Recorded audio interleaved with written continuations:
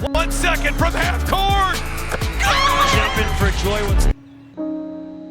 This high school gym used to be packed most nights. Not anymore. Do you know why? Because bad behavior by fans. He did! It is caught!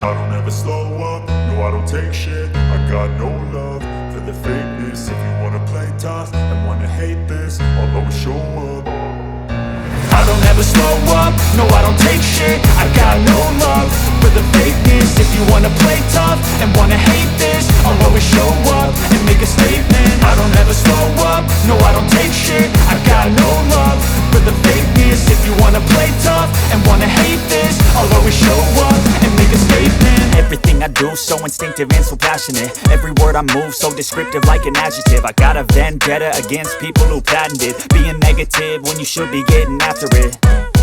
I got facts over tracks, this and that. Spitting slow, spitting fast. I could roast, I could gas. Think I'm okay at last, but I don't know if that can erase all the past. And the pettiness, a reflection of the emptiness. Hilarious, you think you're worth my time, you're delirious. Mysterious, because you hide behind a fake exterior. Inferior, you know I'll always be a bit superior. Get off of me, this ain't no humble brag. I want you to hear words, you can say them back. I want you to feel free from the chains at last, and to believe in what you got, it was built to last, yeah. Now that I've been put through hell, I never got anyone's help. I had to do it all myself. I don't ever slow up, no I don't take shit. I got no love for the fakeness. If you wanna play tough and wanna hate this, I'll always show up and make a statement. I don't ever slow up, no I don't take shit. I got no love for the fakeness. If you wanna play tough and wanna hate this, I'll always show up and make a statement. Gonna learn the consequence of being incompetent. Mental health is confidence, dreams and some modestness. I'm not here to save the day, that's for you to take away. I could play a million mind games, but instead I say something not illogical, something that is topical. Rub it on and watch it go, make yourself unstoppable. Dreams are irresponsible, but they're always possible. If you just believe, you could be so remarkable. Thoughts in my head, a collage and they spread. I'll be great one day, going off of my meds. No, I'm not giving up, no, I'm not giving in. I will make it to the top, taking off in the wind. I gotta make it, I'm saving every day to taste it. I'm patient, but my mind, it can hardly take it. I'm chasing a dream that I've had for several ages. A vacant, modern kingdom for the taking. Now that I've been put through hell, I never got anyone's help. I had to do it all myself. I don't ever slow up, no I don't take shit. I got no love for the fakeness. If you wanna play tough and wanna hate this, I'll always show up and make a statement. I don't ever slow up, no I don't take shit. I got no love for the fakeness. If you wanna play tough and wanna hate this, I'll always show up and make a statement. I don't ever slow up, no I don't take shit. I got no love for the fakeness. If you wanna play tough and wanna hate this, I'll always show up.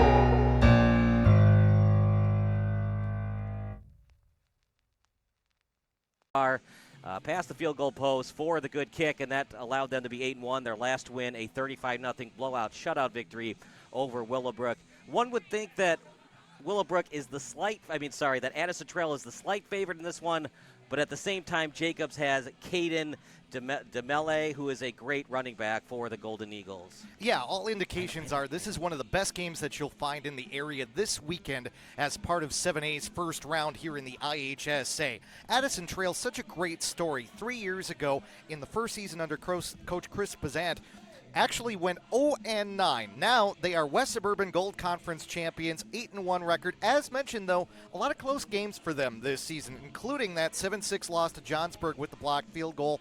They got that win over Downers Grove South, as you mentioned, 22-21. But the big thing about them is the growth of the program and the fact that quarterback Nico Dill is such a threat, both throwing the football and running the football. He's going to be the player to key on throughout this game today. On the other side of the ball, Jacobs a little more familiar with success under Brian Zimmerman, but a lot of folks think that this Jacobs team, with all the different options that they have offensively, can get the job done with what they have in terms of Austin Stinnett, and you mentioned Caden Dumel, who came into today with 134 carries, 1,204 yards on the season. He is averaging 9 yards per carry. Each time he touches the football, he gets in within a yard of a first down. He's going to be a dangerous option for the Golden Eagles, who can also go to the air, and Carson Gehring, who has 28 catches on the year for 313 yards and 4 touchdowns. You've got two teams out here today that very similar styles, both want to run the football, both control the clock. Jacobs can go to the air, though, and be very effective. A lot's going to come down to these defenses. These are two teams that have put up a lot of points at different times this season. Which defense is going to step up? I've been seeing in some of the chatter in the media that some folks are thinking this is one that Jacobs could have a chance of winning. But I'll tell you what, with the way that this Addison Trail program has turned things around the last few years, to get to have this home game, something that they haven't always had the chance to experience here at Addison Trail. There's a lot of excitement here. You can sense it in the stands. The music's been pumping during pregame. You can see the guys are bouncing around during warm-ups. This one's going to be an outstanding football game, and we're looking forward to having a call for you. Absolutely. We will let you know who's going to win after this commercial break. It's Addison Trail against Jacobs here on the NFHS Network.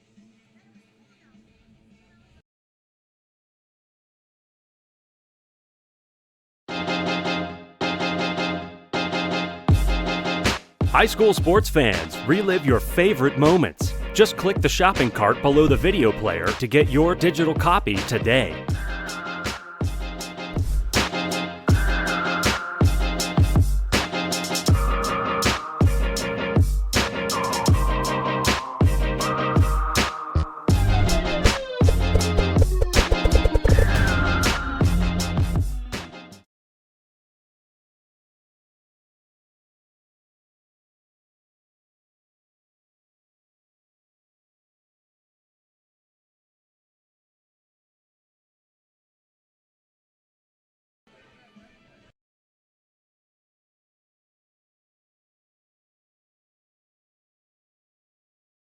More. Do you know why? Because bad behavior by fans, especially adults, has caused a shortage of game officials across the country. You see, without officials, we can't have sports. Don't let this become reality. It's time for a change. Let's bench bad behavior for good.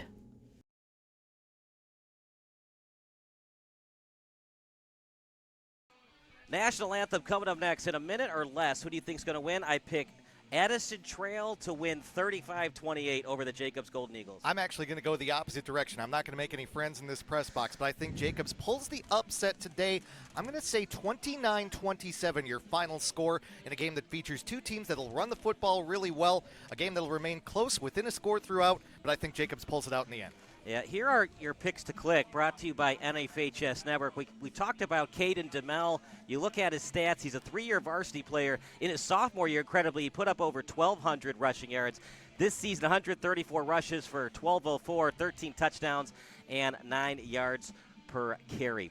As for Nico Dill, above listed stats that you can see on the screen were during Week 9, he averaged 28 yards per carry in that game as a quarterback. Incredible. Now, he only had 4 carries, but they were for 112 yards in that victory over Willowbrook. 3-year varsity starter, and he led Addison Trail to their first outright West Suburban Conference gold title since 2014. And as you can see on the screen, here are also the starters for Addison Trail, both on offense and defense. Nico still with this 3-year varsity starter. I think that's going to create problems for Jacobs on defense. It's also a Jacobs team. They started off the season slow at 1-2. Then they had that major winning streak to go 6-2, and they lost their last game of the season to a tough Cary Grove team, 44-29 in week 9.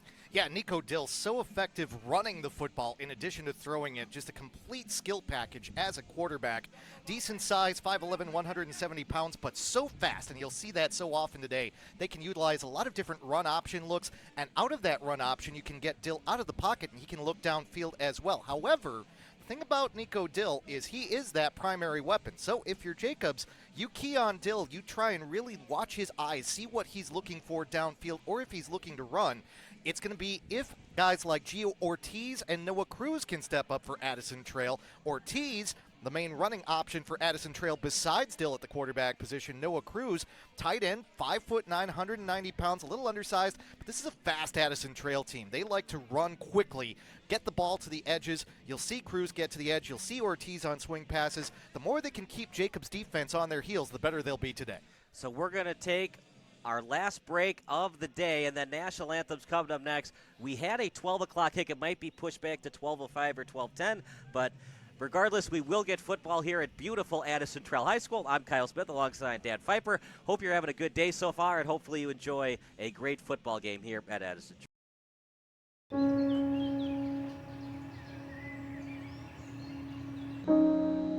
This high school gym used to be packed most nights. Not anymore. Do you know why?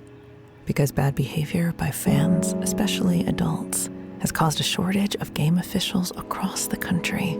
You see, without officials, we can't have sports. Don't let this become reality. It's time for a change. Let's bench bad behavior for good.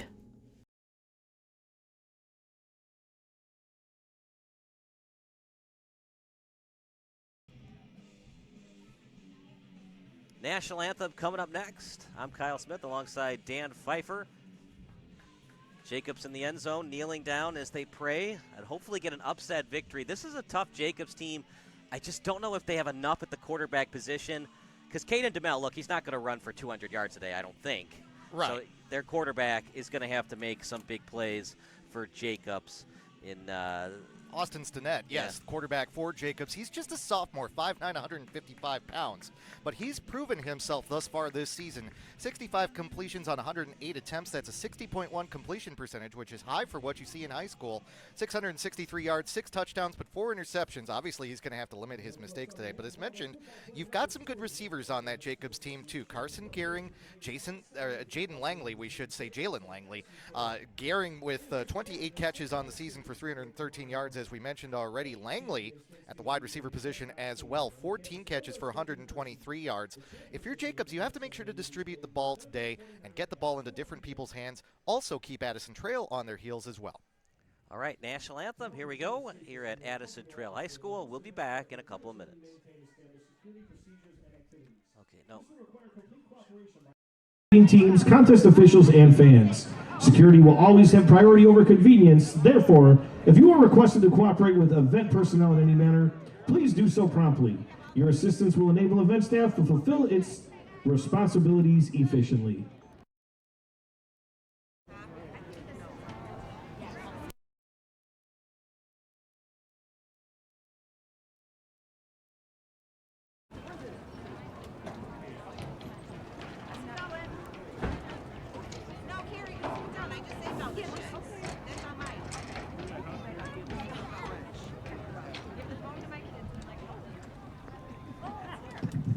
Ladies and gentlemen, at this time, we'd like to request anyone able to please rise, kindly remove all caps, and face our scoreboard and our flag for the playing of our national anthem.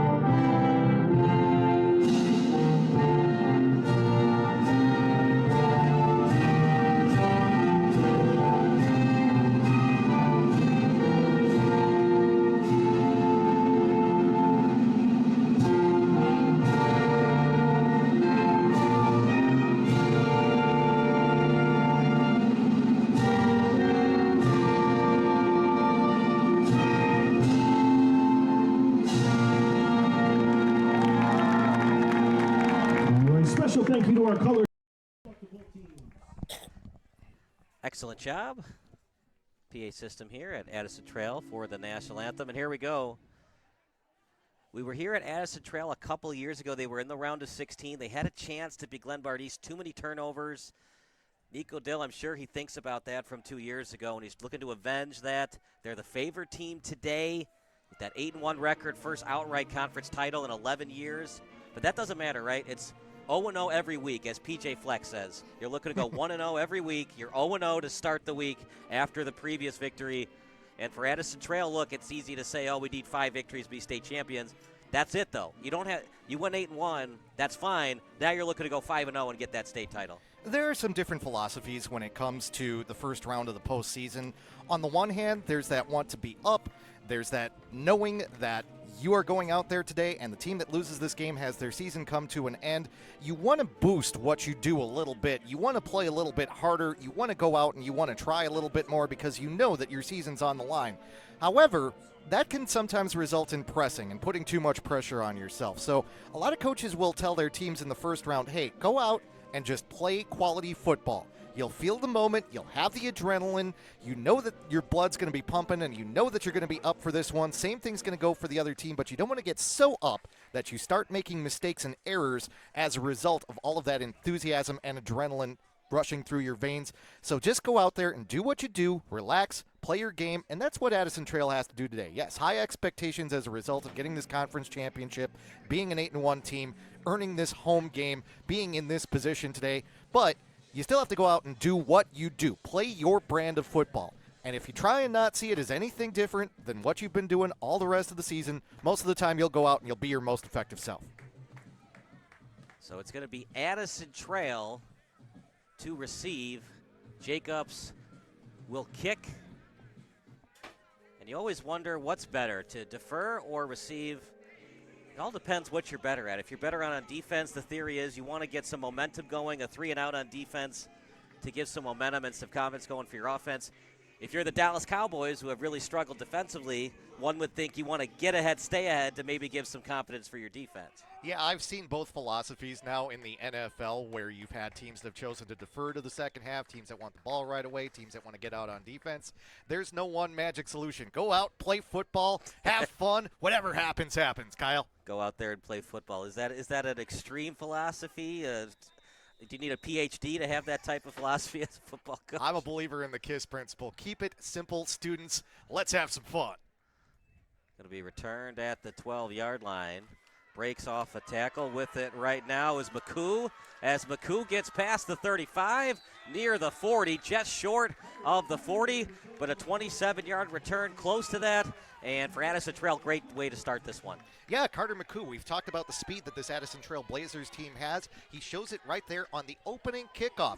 Good move to move from the left side of the field to the right side of the field. Even fights for some extra yardage at the end of the play. Addison Trail coming out and setting a tempo on the very first play of the contest.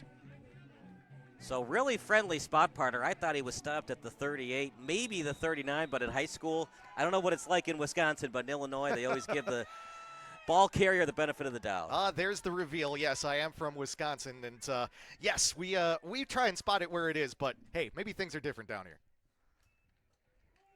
Handoff up the middle, gained maybe a yard. Great job from behind on the tackle, as was delivered by Coates. He plays both middle linebacker and tight end. Gio Ortiz on that carry. He is, again, the primary running option for the Blazers after the quarterback, Dill. And what we saw there from Ortiz, first play of the game, again, keep it simple to start the contest. Just put your team out on the field, run something easy, say, all right, now we've got the feel for it, now let's try and do something more on second down. 3 wide receiver set, 1 in the backfield. As rolling out to the right is Dill on his back foot, as he was trying to find his intended target in Cruz. Cruz also does the kicking on this team. Sometimes shaky at it, but he does the kicking on this team. He had a great game against Willowbrook, 7 catches in that one. Yeah, I'm going to go ahead and say that Noah Cruz better as a receiver than a kicker, although he does fill that role for the Addison Trailblazers. Dill rolls out on his first pass of the game, tries to make the throw in motion. Receiver slips and falls. Ball was underthrown anyhow. Now you've got a 3rd and long situation, and that's what Jacobs wanted in that situation as well. Good thing for Addison Trail, you've got an experienced quarterback that's not going to panic in these pass-heavy positions where everybody knows you're going to pass. 3rd and 9. Not a great one. Look at that one-handed catch. Oh my goodness, what a catch by Cruz. Tackled from behind, but not before he gets the first down. On the tackle was Cooper Goldgren. And that's the kind of play you want on the first drive of the game. Sure, imperfect pass by Dill, but great adjustment by Noah Cruz. Great concentration to reel that ball in and have the presence of mind to see where the first down marker is. All of a sudden, Addison Trail starts this drive with a 3rd down conversion. So going out wide at wide receiver will be Louis Franzak. Plays both defensive back and wide receiver. His primary position is D-back. As on the RPO, short gain. They're going to have to get that running game going. You want to get the ball out of Caden DeMel's hands. How do you do that? You force Jacobs into passing situations. Yeah, and Ortiz can work the edges, but right now they're trying to work him through the middle, just trying to get him established early on in this contest, get a couple of yards there. Go back to that 3rd down conversion, though. You get something like that on the first drive of the game. If you go 3 and out, that's a huge win for Jacobs. Instead, Addison Trail does keep this drive going and keeps the ball out of the Golden Eagles' hands. So it'll be 2nd and 8 right now, as they're going to split the wide receivers. Now 1 in motion for the Blazers. Dill, he's got his man in Cruz, but overshot him. He's been a little shaky with the passes thus far. What have you seen with Dill early on?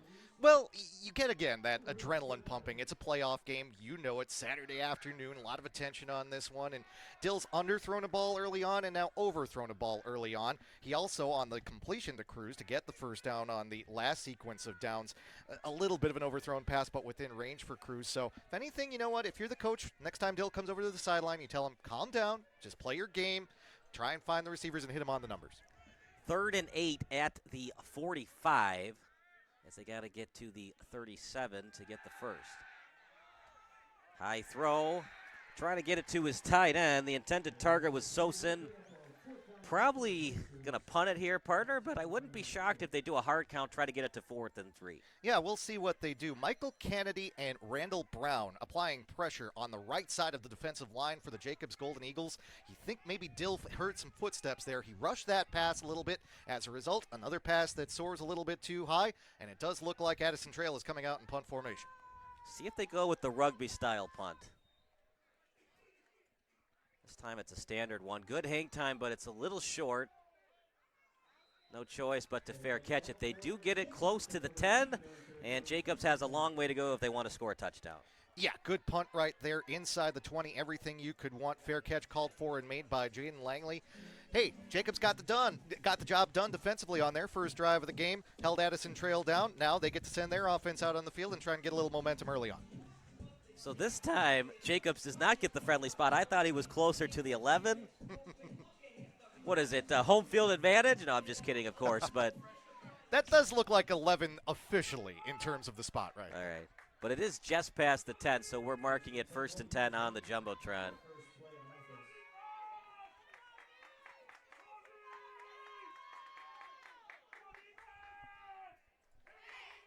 Pitch play. And nice job on the pursuit that time from the Golden Eagles. From the Blazers, as it was a pitch over to Kennedy. Yeah, great work by the Addison Trail Blazers on the pursuit.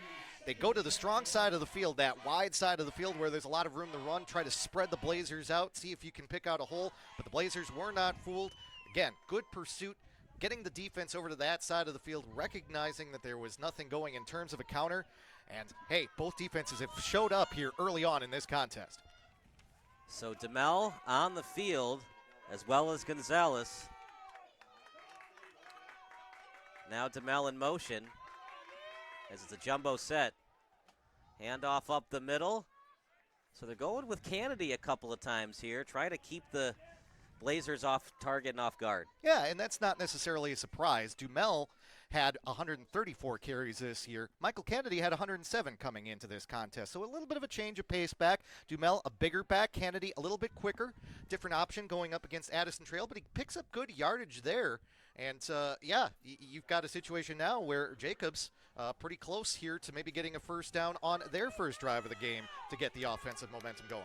3rd and 3. They're so deep in their own territory. Good patience by the tailback as he's able to get to the 25-yard line. That is that time to Dumel. go. Yep, that time to go with Dumel. Yeah, and Dumel there, you mentioned it. He sat back and looked for the hole. Sometimes when you're a running back, you want to get that bowling ball momentum going, especially when you're a guy as big as Dumel, who has played some on the offensive line. 6 foot, 204 pounds the senior is, but he held back, waited for the hole to develop, then hit it. That's a smart, patient play by a veteran player, and it does earn Jacobs a first down. Big first down because I think they would have had to punt it if it was 4th and 2. Demel was close to being a false start, by the way, but he does get the ball, gets it to the edge. Man, is he fun to watch. Breaking off tackles, just barreling his way through to the 40-yard line. And an interesting thing early on in this contest, this is a newer surface here at Addison Trail. They just put in this turf a couple years ago. We're seeing some of the Blazers slipping and falling. We saw it on their offensive possession to start the game. Now we're seeing it defensively. If you're a back, you take note of that, and you maybe try to go a little bit more Barry Sanders style with your running. See if you can get those guys on skates. That's what Dumel did there, and it results in another first down for the Golden Eagles. The young man, this could be his last game, but he's looking to advance to the round of 16. Last 2 years as a sophomore and junior, they lost in the first round. Good snap as Stennett will step up into the pocket. He loses a couple of yards. A big sack for the Blazers. Yeah, and Addison Trail needed that there. That's Nick Parashiv who gets that sack for Addison Trail. After Jacobs establishes the run early on, they decide to try and go to the air with Stennett, but Parashiv shuts it down. Pocket collapses around Stennett. He can't step up. Parashiv gets the sack. Loss of 1 only on the play, so it doesn't hurt Jacobs too much, but Addison Trail's defense needed a confidence boost, and they got one there. 2nd and 11. For Addison Trail, they're going to want Parashiv and Gonzalez, their big defensive end, to create pressure on the young quarterback. Another handout. They do this a lot. It's Kennedy getting to the second level. Past the 40, breaks off a tackle, still on his feet, close to the 30, and then finally brought down by Yves Pierre Romius, but not before he gains a lot of yards. Brian Zimmerman dials up a great play there, shifts the blocking from the right side of the line to the left side of the line. Then Kennedy runs behind them, gets some space. And again, you're seeing the patience here. This is the result of a well-coached team on the part of Zimmerman and the Jacobs Golden Eagles. He waits, he sees what develops, even downfield, and gets a big gainer on the play.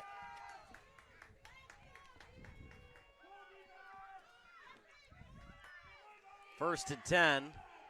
This time to Demel, tripped up. A little bit of contact after the play, some co-curricular activity, if you will. Nice tackle made there by Noah Cruz. And it's interesting here. We're seeing a lot of the Addison Trail players, their stars in particular, playing both ways. You don't see that as much in 7A. These rosters are certainly big enough that you have guys that can just play one way. But you know what? Postseason, you get guys out there doing what they do best on both sides of the ball. And certainly both of these teams have the talent to have guys who can play both ways. As Dan Fouts once said, Brent, last game of the season, can't hold anything back now. He's fun to watch. Look, we talked a lot about Demel, but let's start talking about Kennedy. What has he produced this season for the Golden Eagles? As mentioned, change of pace back. He comes in with 8 touchdowns on the season, Dumel with 13. But he gives you a little bit more speed, whereas Dumel has a little bit more size. And when you've got that change of pace, you can use the right back in the right situation. You can shuffle them in and out if one's a little bit fatigued. You get into short yardage situations. You get the big guy like Dumel that can push the pile. You get in a first down situation. Kennedy can look for the hole and use that burst of speed. It gives Jacobs a lot of different options. 3rd and 2. One would think they're going to run it again. Let's see if they go with Stennett this time, as it's a short yardage play. Kennedy, surprisingly, as they went with Kennedy, who's more of a change of speed back instead of their power back in Demel. Well, you know, sometimes you try and do something different to keep the defense on their heels. It's an and short situation. You've got 3 backs in the backfield, and you go with the back in the up part of the formation. Try and have him hit the hole quickly. But Addison Trail, the interior of their defense, was prepared, and it looks like Jacobs is going to go for it on 4th down. So we have our first in-game field report. 4th and 1, we'll announce it after this play. As Demel is close to the first down marker, well, where will they spot it? We'll let you know in a second. But Anthony Collada with our first report of the day. Yeah, thank you, Kyle. So I was hanging out down on the Addison Trail sideline here, and we knew coming into this game that it was going to be run heavy for Jacobs, and that is the clear emphasis, is controlling the trenches, controlling the line of scrimmage, and making sure that Addison Trail gets pushed. We've seen Jacobs being able to move down the field so far, and that's only going to add up as these hits continue to go throughout the game. Timeout taken by Jacobs here as they get that 4th down conversion. And Jacobs is rolling. They have the ball now at the 20-yard line, and that running game has been working for him. We'll take a quick break. You're watching the Golden Eagles and the Blazers here on the NFHS Network.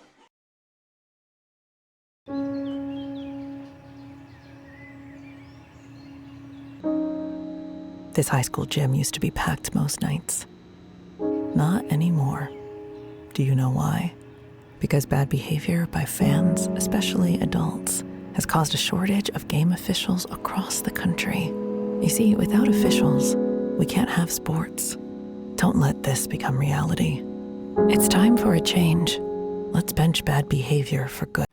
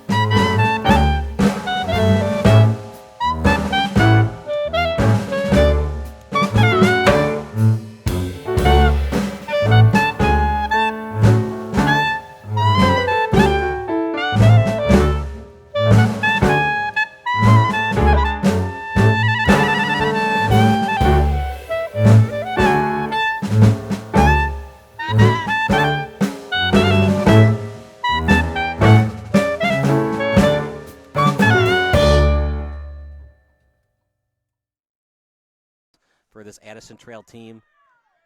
Addison Trail, look, you're down 6-0. Not great. You get a touchdown, you get the extra point, you get the lead. Just one first down at a time. Quick passing play out to the left as the pitch and catch is delivered past the 40-yard line, and it was delivered to Ramius. Yeah, and I like that play by Nico Dill there as he finds Jaden Romeus out on the left wing. Short passes early on. We saw Dill maybe a little bit too enthusiastic on the first drive of the game. 2 of his passes were high, 1 of them was down low. Give him something that's easy, something that he knows he can complete, get him some momentum, then maybe try and go down the field a little bit more. So the nice pitch and catch over to Romeus, and now one in motion for the Blazers. That is Romeus.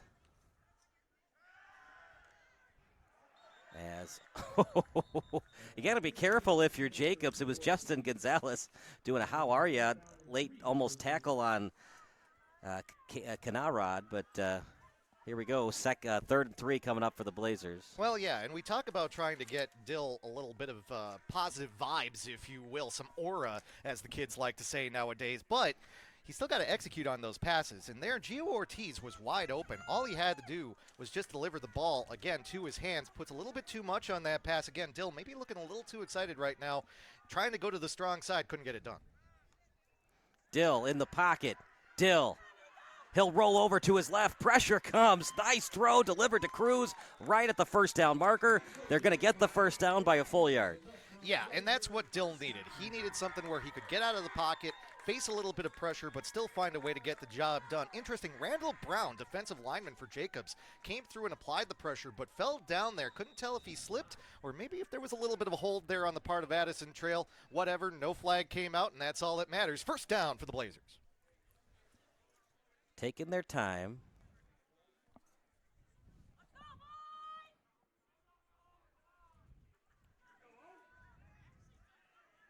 This time, 2 in the backfield, 3 wide receiver set. Fakes the handoff, high throw, and Romeus past the 40, past the 35, finally tackled, but not before he gains a lot of yards. Delivering the tackle was Cooper Goldgren. Yeah, that's going to be a pickup of at least 20 yards, and once again, Addison Trail looking to the edges. This is what you can try and do if you're Chris Bazant and this coaching staff.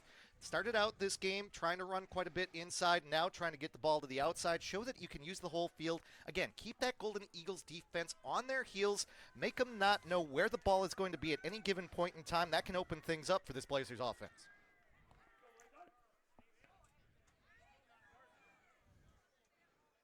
One in motion, as that was their tight end. Nico Dill will roll over to the left. He'll keep it himself. And he'll get out of bounds near the first down marker. Let's see where they spot it. And I think that extra blocker in Sozin really helped out the Addison Trail Blazers. And we talked about it in the open. This is where Nico Dill is the most dangerous. Yes, he can throw the football well, but ultimately it's when he's carrying the ball on the ground that he is his most dangerous, and he does get the first down on that run. We have an injury update for you. Anthony, what do you have for us on the Addison Trail side? Yeah, we saw Carter McCoo go down after that horse collar tackle on the kickoff. We see him sitting on the bench with his helmet off. They were taking his shoe off. They were looking at his lower body, maybe a knee, maybe an ankle. So something worth keeping an eye on is he's the return man. So we'll be sure to keep you updated on that. Anthony, thank you so much. He does a great job for us. 43 seconds remaining in the first quarter. 1st and 10 at the 24. As one in motion up the middle. And trying to get it close to the 20-yard line. See if they want to run one more play. Gio Ortiz on that carry, and after you go with some of your exotics, go with Nico Dill taking the ball to the outside off the left side of that line for Addison Trail. Go back to something basic. Go back to your bread and butter. Ortiz through the middle. See if you can catch Jacobs thinking too much about other things. Decent pickup on that one, 4 yards. 2nd and 6 at the 20. One in motion as that's Romeus. Gets to the edge. Another great run. That's time it's by Ortiz. See where they spot it. The chains do move, and another first down coming up for Addison Trail. Everything we could have expected out of this first quarter. Jacobs is giving Addison Trail a game, but the Blazers are on the move. Here at the end of the first, we'll head to the other end, and Addison will try and level this contest at 6 when we come back.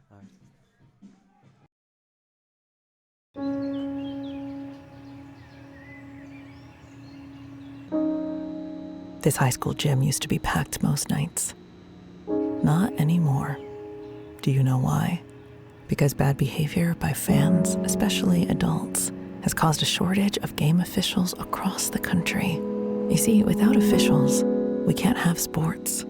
Don't let this become reality. It's time for a change. Let's bench bad behavior for good. Welcoming your guests is easy and secure. When someone rings the video doorbell, you can control everything right on your phone and go back to enjoying the rest of your warm summer days. Take control with a video doorbell from Forest Security.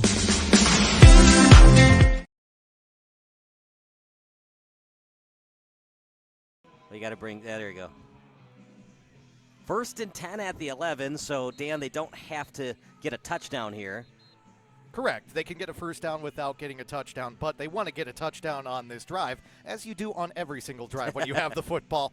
Hey, this was a great first quarter, Kyle. You know, Addison Trail not yet on the scoreboard, but they had a decent drive on their first drive, even though they had to punt it away. Now they're moving the ball well. Jacobs moves the ball outstandingly on its first drive of the game.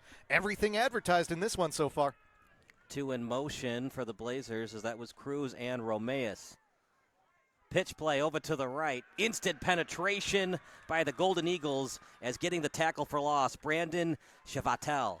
Yeah, Brandon Chivital just quick to the ball there. You could tell that Jacobs had that play read from the snap. The entire defense shifts over to its left side. There was nowhere for Ortiz to go, and they were quick into the backfield. Good pursuit, good aggressiveness on the part of Jacobs. And, hey, down in the red zone, that's what you need. That's a loss of 4 for Addison Trail.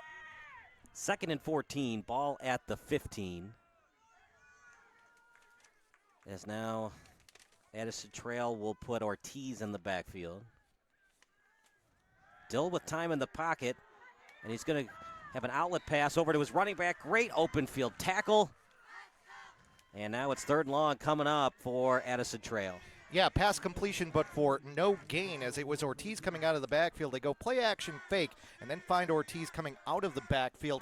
But you know what? Addison Trail has gone to that well a few different times now, and I think Jacobs is onto it. This is the point where for Addison Trail, it's not that you have that much downfield that you can go down at this point with the ball at the 15, but you might want to take a shot at the end zone here with Jacobs coming up to the line of scrimmage and looking for those short swing passes.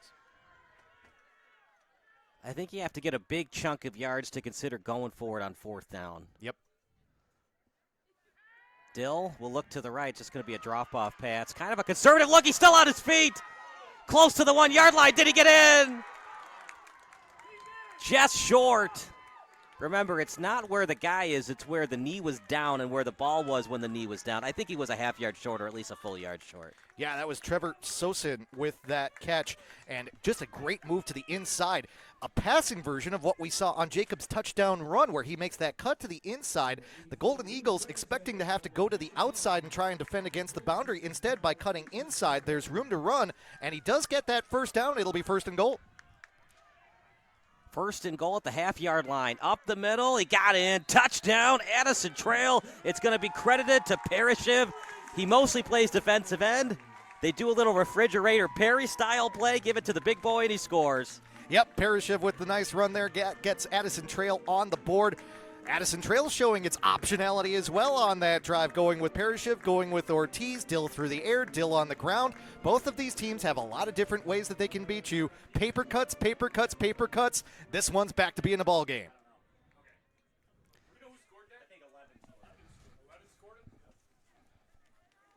Hold was there, the kick, and it is straight through the uprights. It's an excellent kick, and we will take a break. 7-6 in favor of the home team here on the NFHS Network.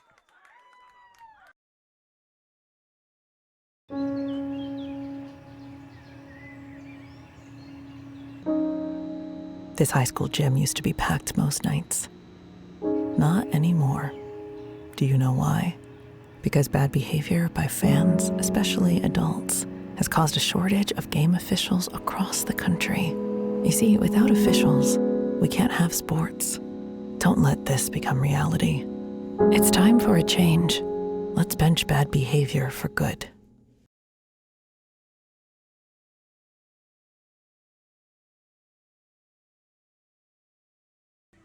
Kyle Smith alongside Dan Pfeiffer. Great response by Nico Dillon, the Addison Trail Blazers. They weren't fazed by the moment. That's what happens when you have a 3-year varsity starter. He doesn't get fazed by the moment. He brings his offense down the field, and it's answer time for Jacobs. They're on the road in a hostile environment. How do they answer? Hey, first off, for Addison Trail, they just needed one drive to settle in. Now, short kick on the part of the Addison here we Trail go, kicker, another Brendan fumble. Zabuni. Both teams have fumbled on kick returns, as fumbling the big boy in Chris Williams. That might be a result of the short kick there, because you've got one of your upmen that has to end up fielding that kickoff. Zabuni actually does something there with Addison Trail that he wasn't intending to do, but it works out. But, hey, that's the difference in this game right now, the fact that Zabuni made that extra point for Addison Trail. We said in the open, playoff games, you can come out with a little bit too much energy, a little bit too much adrenaline. Now both teams have settled down. They've had one drive that they've gotten points out of. Now, hey, just about playing football and which team can execute better. Jacobs back out there. They look great on their first drive, and they've got even better field position on their second. So how about that, partner? Both teams have fumbled kick returns. They both have not coughed up the fumble, coughed up that football. This is a game where special teams could make a difference. This time they go with the inside handoff.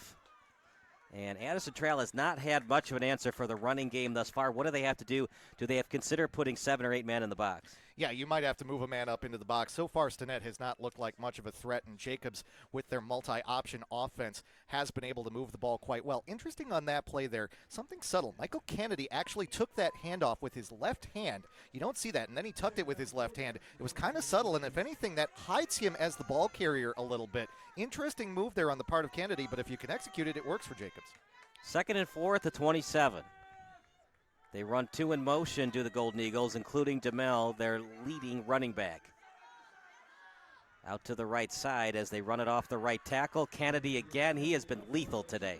Yeah, and that's that same play that we saw Kennedy bust a big run for on the first drive, where they do move 2 men in motion, including Dumel, from one side of the line to the other, and then they run Kennedy behind them. That's something you can do as a coach to try and expose what the defense is doing. Also, look for Jacobs to potentially throw out of that formation as well, because you can get a read for if they're in man or in zone when you use motion in that way. 1st and 10 at the 36 as they're going to run 2 wide receivers to the right side. Handoff. Off the right guard. Decent gain for DeMel. He hasn't been used a lot today, but when they need him, he's getting them big yards. Yeah, and it's the big guys pulling from the left side of the line to the right side. Connor Euler and Lucas Retzler helping to establish that no-huddle look for Jacobs now. 2nd and 1. Still in the shotgun with Stinnett. Instant penetration. And even though he's not going to be credited with the tackle in Parashiv, his instant penetration allowed the pursuit to get there for the tackle for loss. Scores the touchdown, then gets through the line to do some damage on the defensive side of the ball. You go no huddle to try and catch the defense off guard. But to be honest with you, and this isn't a knock against either of these teams, this is the fact we're talking about 17 and 18-year-olds playing football. Sometimes when you go no huddle, it also means you're catching yourself off guard. It looked like the offensive line wasn't ready to find their assignments there for Jacobs. Meanwhile, credit to the Blazers. They were not fazed by Jacobs trying to hurry things up. 3rd and 3 at the 43. Stinnett just has not been much of a factor today passing the football. Kennedy short. You've got all 3 timeouts if you're Jacobs. One would think, A, you're probably going to go for it, or B, if you don't go for it, you do the hard count, try to draw them offside. If not, then you do a pooch punt or something. Yeah, they've got a few different options here. Hey, credit to Jack Carlson finding his way through the line to make that tackle on Kennedy. That's what Addison Trail has needed that they haven't gotten yet. But hey, 4th and 1, you've got a lot of different options here if you're Jacobs. You don't want to give Addison the trail the ball in this field position here, but you could go with a pooch punt. You could try and draw him off. A number of things. Does look like the offense is out there right now. Up the middle, close. It's going to be really close. I think he's a quarter yard short of the first down. And if Addison Trail does get the stop here, it looks like the officials are coming up just a little bit short of the 46, which was the line to gain. That is a huge stop for the Blazers as we talk about Dumel and his size and his ability to push the pile, but when you make a stop like that, that's their strength. Going at your interior defense. Your interior defense wins the battle, gives you great field position. That would be a huge victory for the Blazers D and would give them the ball in a great spot to try and expand on their 1-point lead. Some NFL fans wonder why not every team runs the tush push. You got to have personnel to run it.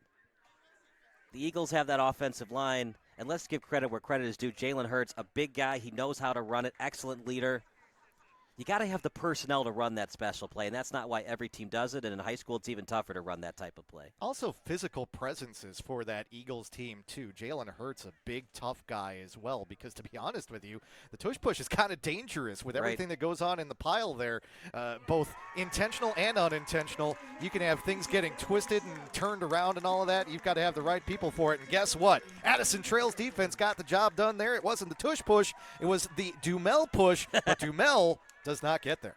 You know what's crazy is before the days of the tush push, you remember the Bush push, Notre Dame against USC? Yeah, well, and again, that play used to be illegal. It was just in the last few years that it was made legal and opened the door for the tush push for the Philadelphia Eagles. Used to be you couldn't assist a runner from behind.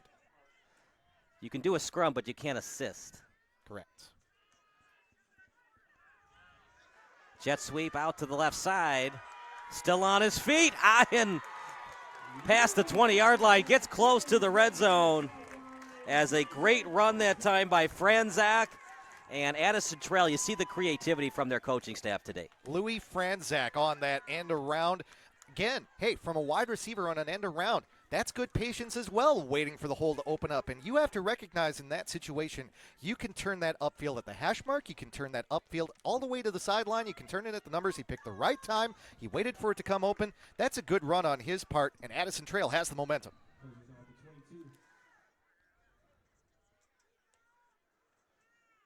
Handoff up the middle, as this time they run it to Ortiz.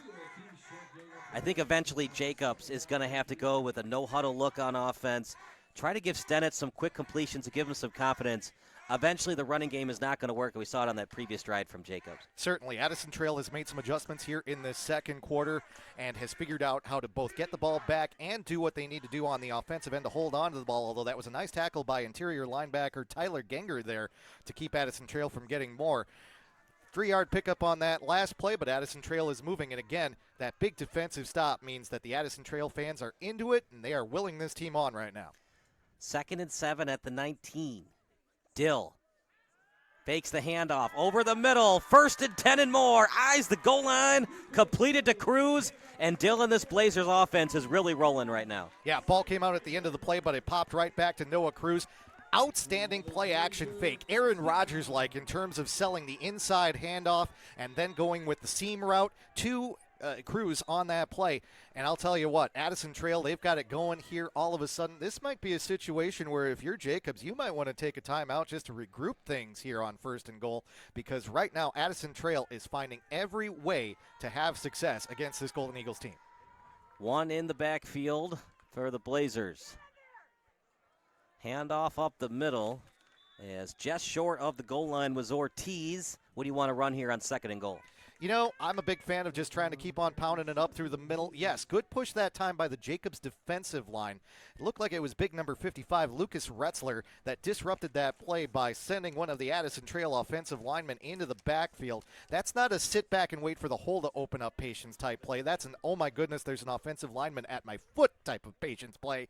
That ultimately disrupted that one for Addison Trail. But when you're this close, you know what? Why risk it? You've been getting good push. You've been running the ball well. Just keep on trying to punch it in the way that you have.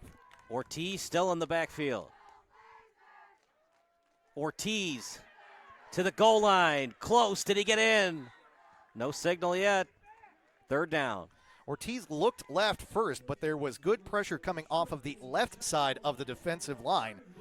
And ultimately, he had to cut that back to the right. When you try and go east and west close to the goal line, it's very difficult because all of those big bodies are up there. There's not a lot of time to try and find a hole. And ultimately, Jacobs, it was Aiden Brunner who came around that left side of the line and kept Addison Trail from going in the direction they wanted to go on that play. Now it's 3rd and goal, but the ball is at the 2-inch line right now. If you're Addison Trail, this might be where you want to go with something where you're just going straight up the middle and trying to pound it in. 3rd and goal. Inside the 2-yard line. Nico Dill trying to get to the edge. And he's going to dive forward. He lost yardage. Partner, I think he might have been able to get the touchdown, but it was excellent pursuit that time by Carson Gehring. That's fantastic defense on the part of the Jacobs Golden Eagles. RPO play, Louis Franzak was the first option for Nico Dill throwing the football. He also had the option to run it in if he wanted to, but there was great coverage on Franzak in the end zone. Franzak thought he might have been held. There was some physical contact with him. No flag thrown. Ultimately, Dill, good pursuit by the Golden Eagles defense. No room for Dill to run the ball in. That's a loss of 3 when the ball was on the 2-inch line. Hey, that's why I'm a fan of, again, just trying to pound the ball in. Maybe you go left side of the line, maybe you go right side of the line, but you run a play like that and you go from 3rd and inches to 4th and goal from the 4, and now we're going to get a timeout taken, as I think Addison Trail is going to want to talk this play over, having seen the defensive formation for Jacobs. We'll take a quick break. It's the Golden Eagles against the Blazers here on the NFHS Network.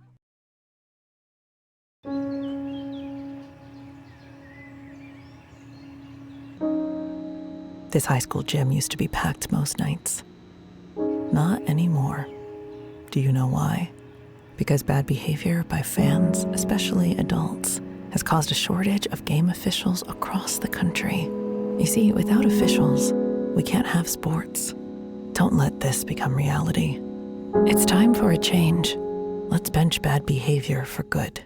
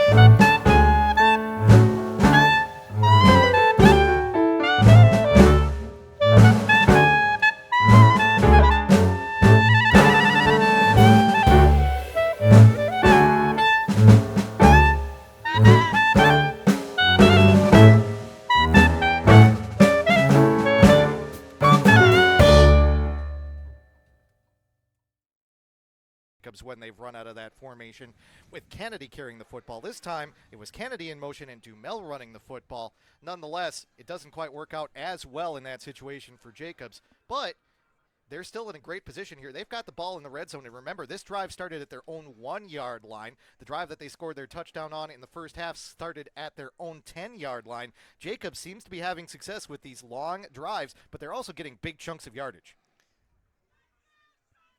So the chains finally did move. He did get the friendly spot. 1st and 10 at the 13, so obviously they don't have to get the first down. I mean, they don't have to get the touchdown.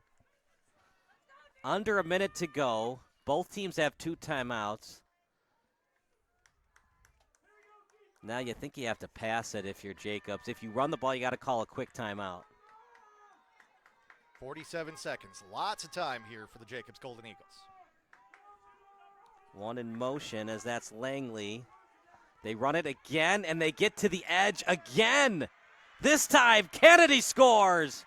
The play that Addison Trail cannot stop.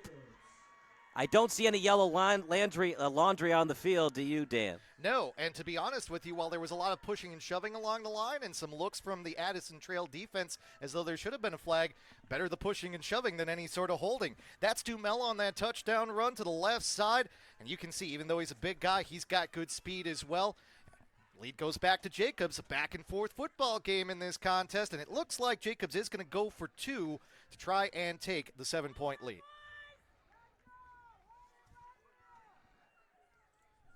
Under center is Stinnett on the 2-point conversion. 2 backs behind him. He'll take the snap. Rolling out to his right, looking downfield, throwing into the end zone, wide open. The 2-point conversion is good to Jack Coates, and the Golden Eagles do go up by 7, 14-7, with 40 seconds even remaining in the second quarter.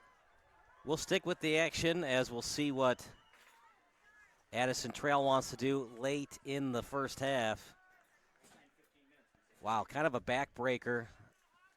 They get all the way to the 4-yard line. Instead of kicking the field goal, they go for it. They run a trick play. Jacobs was not fooled, and they just cannot stop that quick reverse, that inside reverse. Dumel now with 2 touchdowns.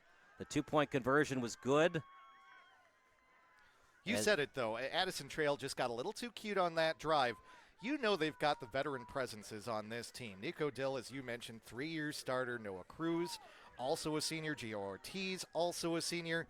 Hey, if you're Addison Trail, you know what happened on those last 2 drives. You had the ball at the 1-yard line. You didn't get the job done, and then you allowed a long drive for Jacobs to give up the lead. But you know what? You've got to come back out. You've got to have poise in this sort of situation. You didn't become an 8-1 team for no good reason. You can come back. You might not get the score here, but you know what? Come out of halftime. Keep on playing your best football. Line drive kick. Need to get a lot of yards. As a good return that time for Kyles. Remember, McCoo got hurt earlier in the game off a horse collar. Now that 15-yard penalty kind of helped Addison Trail en route to their lone touchdown of the game. But McCoo, at least for now, not returning kicks. Kyles with the nice return, but they got a long way to go. Now remember, Parter, clock stops briefly on a first, and you have 2 timeouts, so you don't have to necessarily spike it once you get the first down. Correct. Yeah, Kyrus Kyles comes in and returns that kick for Addison Trail. Small guy, 5'7", 150 pounds, but it was a line drive kick, so he had time to return it. Decent field position, 29-yard line. But again, you don't have to get it all in one chunk. You can get some small chunks and at least try and get into field goal range. Going to be ball at the 29-yard line. Dill, here comes the pressure. Trying to escape from it. And trying to get out of bounds, he will. A lot of clock. Went off that Jumbotron, under 26 seconds to go. Nick Meyer applying the pressure for the Jacobs Golden Eagles. And again, veteran presence by Nico Dill. Tries to fake him out once, tries to fake him out twice, recognizes he doesn't see anything he likes downfield, gets to the sideline, and by getting out of bounds, he stops the clock with 25.7 seconds remaining in this second quarter. That at least gives him the opportunity to give it 1 or 2 more shots downfield here. And again, they do have timeouts, so you can go down the middle of the field if you choose to. Good play by Dill to keep this drive going. Need to get it to at least midfield to consider a Hail Mary, preferably inside the 50. Dill, quick pass. There's Franzak. I don't think he got the first because I think the knee was down a half yard short. Addison Trail will have to call their second timeout. So they are saying it's a first down. The far sideline judge is calling for the chains to move. So the clock will stop to allow that to happen, and the clock will continue to be stopped because Addison Trail will take a timeout here. Again, you don't need to get big chunks just yet. The small chunks will work. Nice pass over the middle, and that was the design of that play. Just try and get a few yards, get Dill some confidence throwing the football. Again, you don't have to get it all in one fell swoop right there. You get closer to a position where you can at least try a Hail Mary here at the end of the half. You've got 20 seconds, virtually, 19.9. We'll give them the extra tenth of a second if they want it.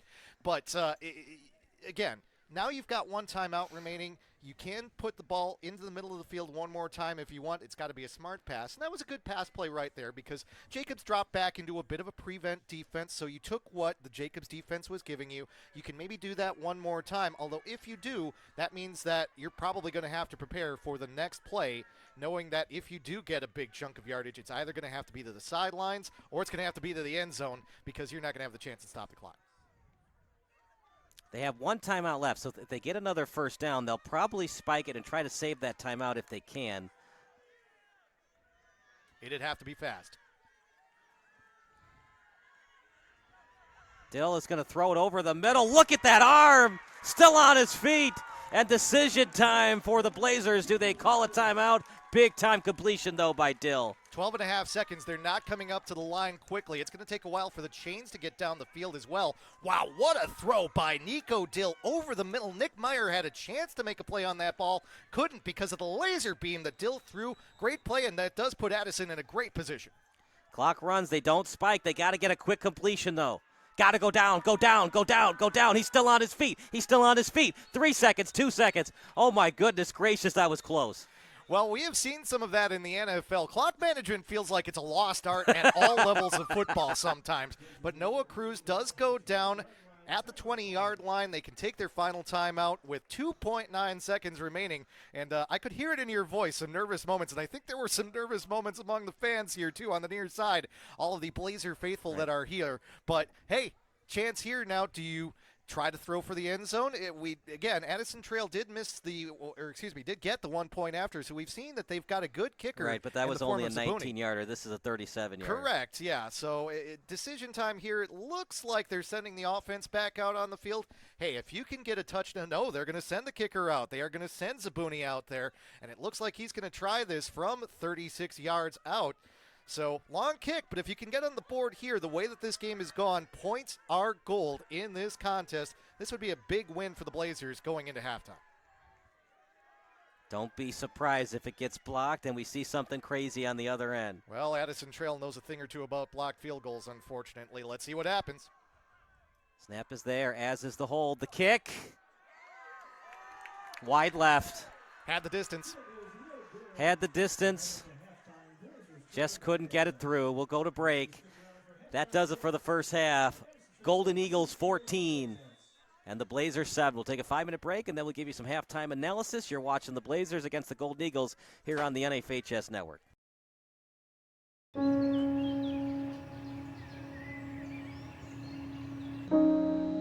This high school gym used to be packed most nights.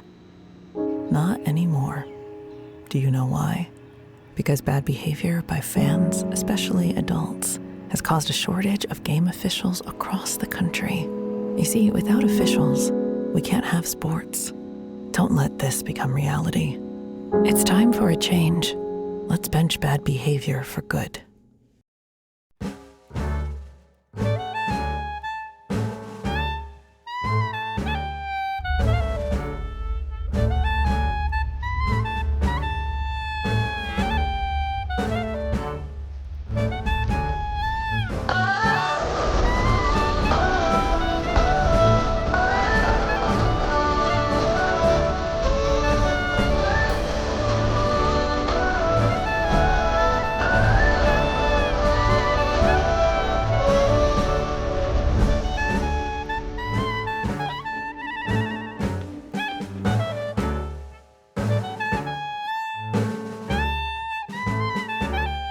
Stop what you're doing. If your SBS broadcast looks blurry on your laptop or desktop, do the following steps. Number 1, click on the wheel icon at the bottom right of your screen. Then click on quality. Click on the highest quality that's available for you. And number 3, wait for your laptop to load and enjoy the broadcast. If your broadcast looks blurry on your phone or tablet, do the following steps. Number 1, click on the wheel icon located at the top right of your screen. Number 2, click on Advanced. And number 3, click on the highest quality available. If you're still having issues, type in the live chat. Thanks, and enjoy the game. Welcoming your guests is easy and secure. When someone rings the video doorbell, you can control everything right on your phone and go back to enjoying the rest of your warm summer days. Take control with a video doorbell from Forest Security. Let's make back to school season this year easier for you and your whole family. Customize a scene on your Forest Security app to ensure as you leave for the day that your doors are locked, lights are off, garage door is closed, and your security system is on with the push of one button. When the kids get home, they can unlock the doors and turn off the alarm with their mobile app or door code. Plus, you can receive an instant notification with a video clip showing they are home safely. Relax in the evening with a movie night routine to ensure your alarm is set, lights turned down, and room temperature is comfortable. Call Forest today.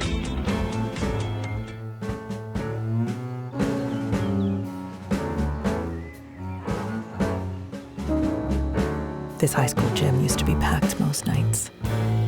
Not anymore. Do you know why? Because bad behavior by fans, especially adults, has caused a shortage of game officials across the country.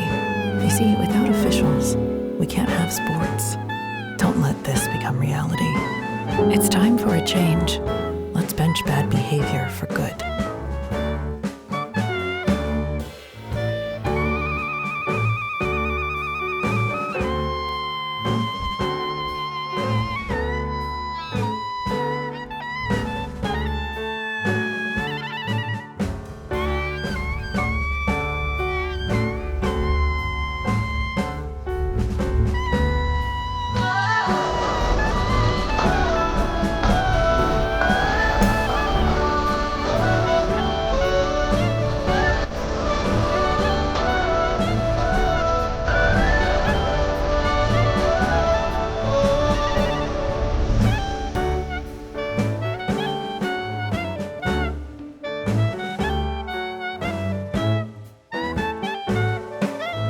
Let's make back to school season this year easier for you and your whole family.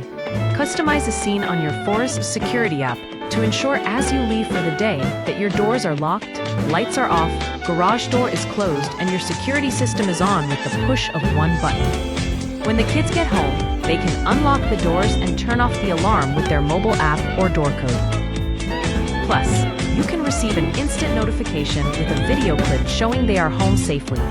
Relax in the evening with a movie night routine to ensure your alarm is set, lights turned down, and room temperature is comfortable. Call Forest today.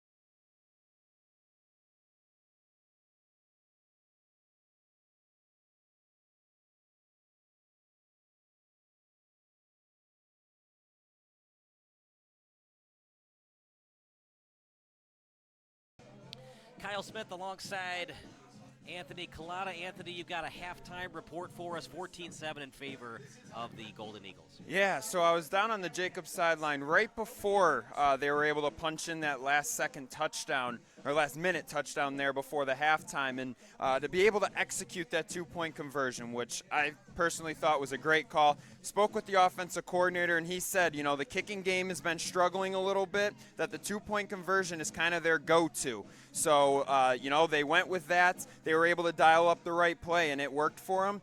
Taking a 7-point lead into the halftime is going to be huge for this Golden Eagles team because they're also getting the ball as we start the third quarter. What did you think about that decision to go for it on 4th and goal at the 4-yard line? Did you talk to Addison Trail at all about their decision-making process? They ran a trick play and it didn't work out. Yeah, you know, they had that play practice. They liked the spot that they were in, you know, and sometimes it just doesn't work. You know, it's a gutsy call, you know, sending your whole offensive line to the other side. They liked the play call. They felt good about it in practice that week. It didn't work out for them. Anthony, thank you so much. Looking forward to your reports in the third quarter. We might have a game that goes into overtime, so. Yeah, it's been close so far. Momentum is back and forth, so we're expecting a good second half. Yeah, for sure. Thank you so much. So we're going to take a quick minute break, and then we'll bring Dan Pfeiffer back into the broadcast booth. It's 14-7 in favor of Jacobs against Addison Trail.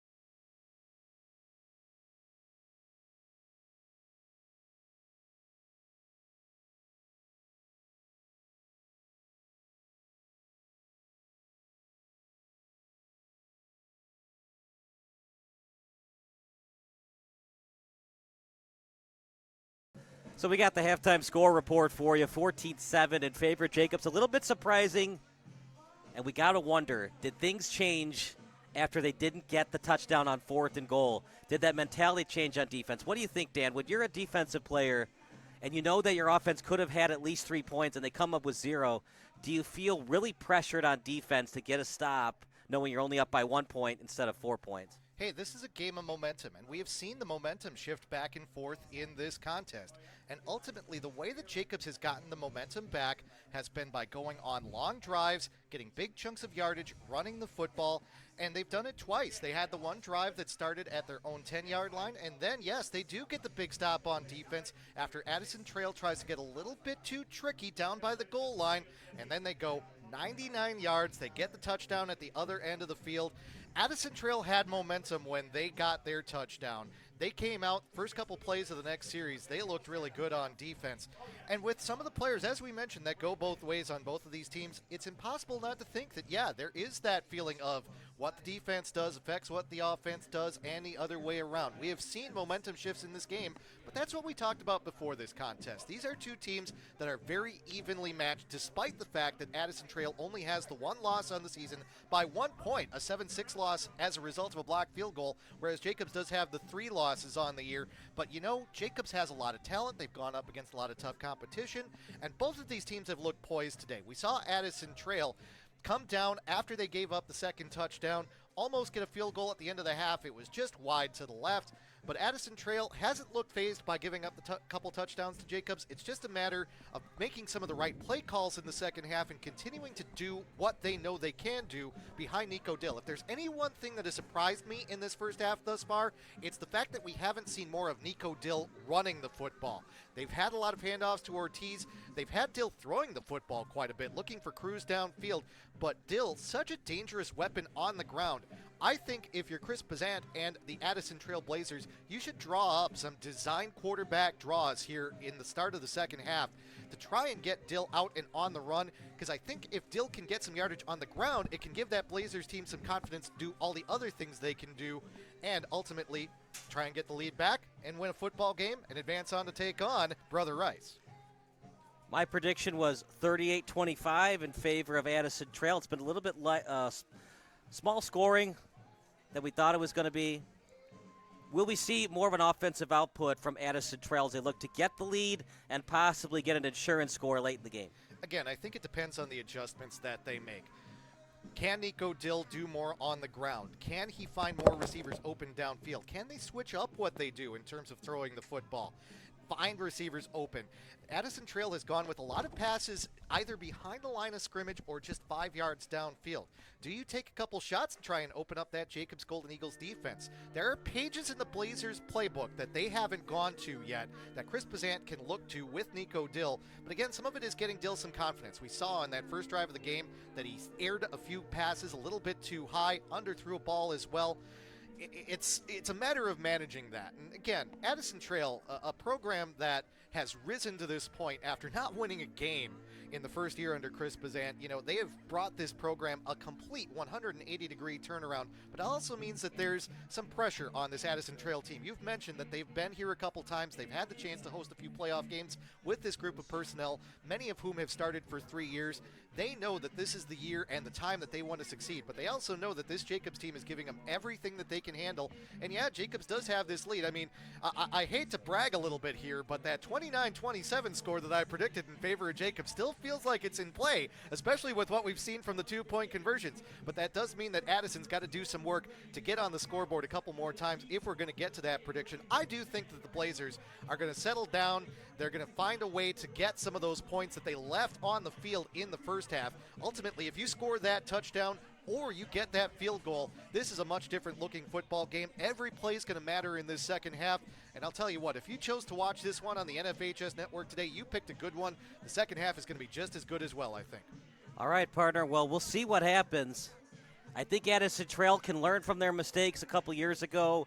They had the lead. I think they got a little bit too cute going forward on 4th and goal. We'll see what adjustments they make in the second half. Really quickly, have you seen that YouTube video that NFL Films did about second half adjustments? Peyton Manning and other quarterbacks said that second half adjustments is kind of a fallacy in terms of the NFL. Well, you know, everyone has a philosophy on things, you know, and I won't use the phrase about opinions and how they're like a certain part of people's bodies.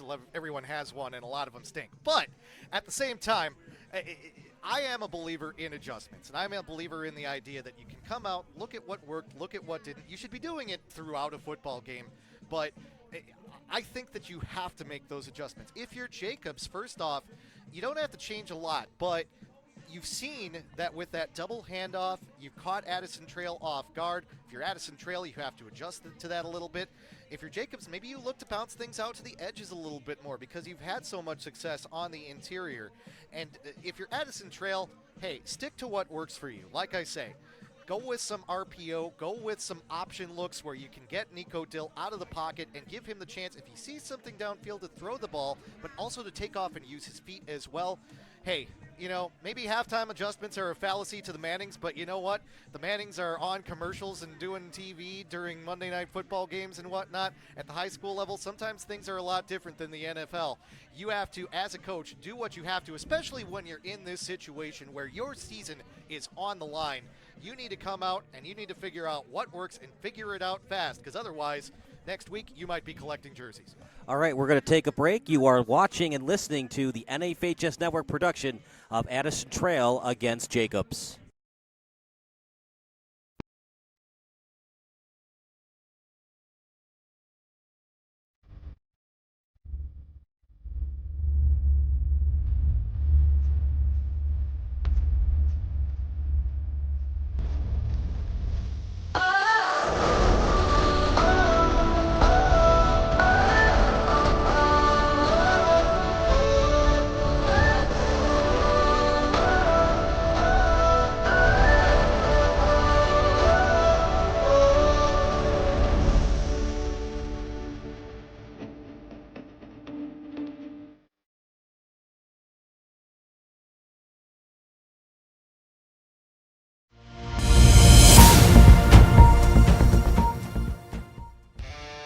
Do you expect experienced, professional, and personalized attention from your building supply partnerships? You should. Are you getting the specific attention you need to help your business grow? You can. Introducing IHSA Roof Pro and Grow through Richards Building Supply. As a professional small business, you need real solutions to achieve your desired growth outcomes. This requires more than sample boards, pricing, and on-time delivery, which sets the bar too low. You need more. To grow and win in this ultra-competitive environment, you need ultra-competitive solutions. With Richards Building Supply, get the personalized attention you deserve and need. Take advantage of incredible first-time user incentives. Gain discounted access to a host of our industry's most reputable marketing tools through a Roof Pro membership. And that's just the beginning. Don't believe us? Let us show you. IHSA Roof Pro and Grow through Richards Building Supply.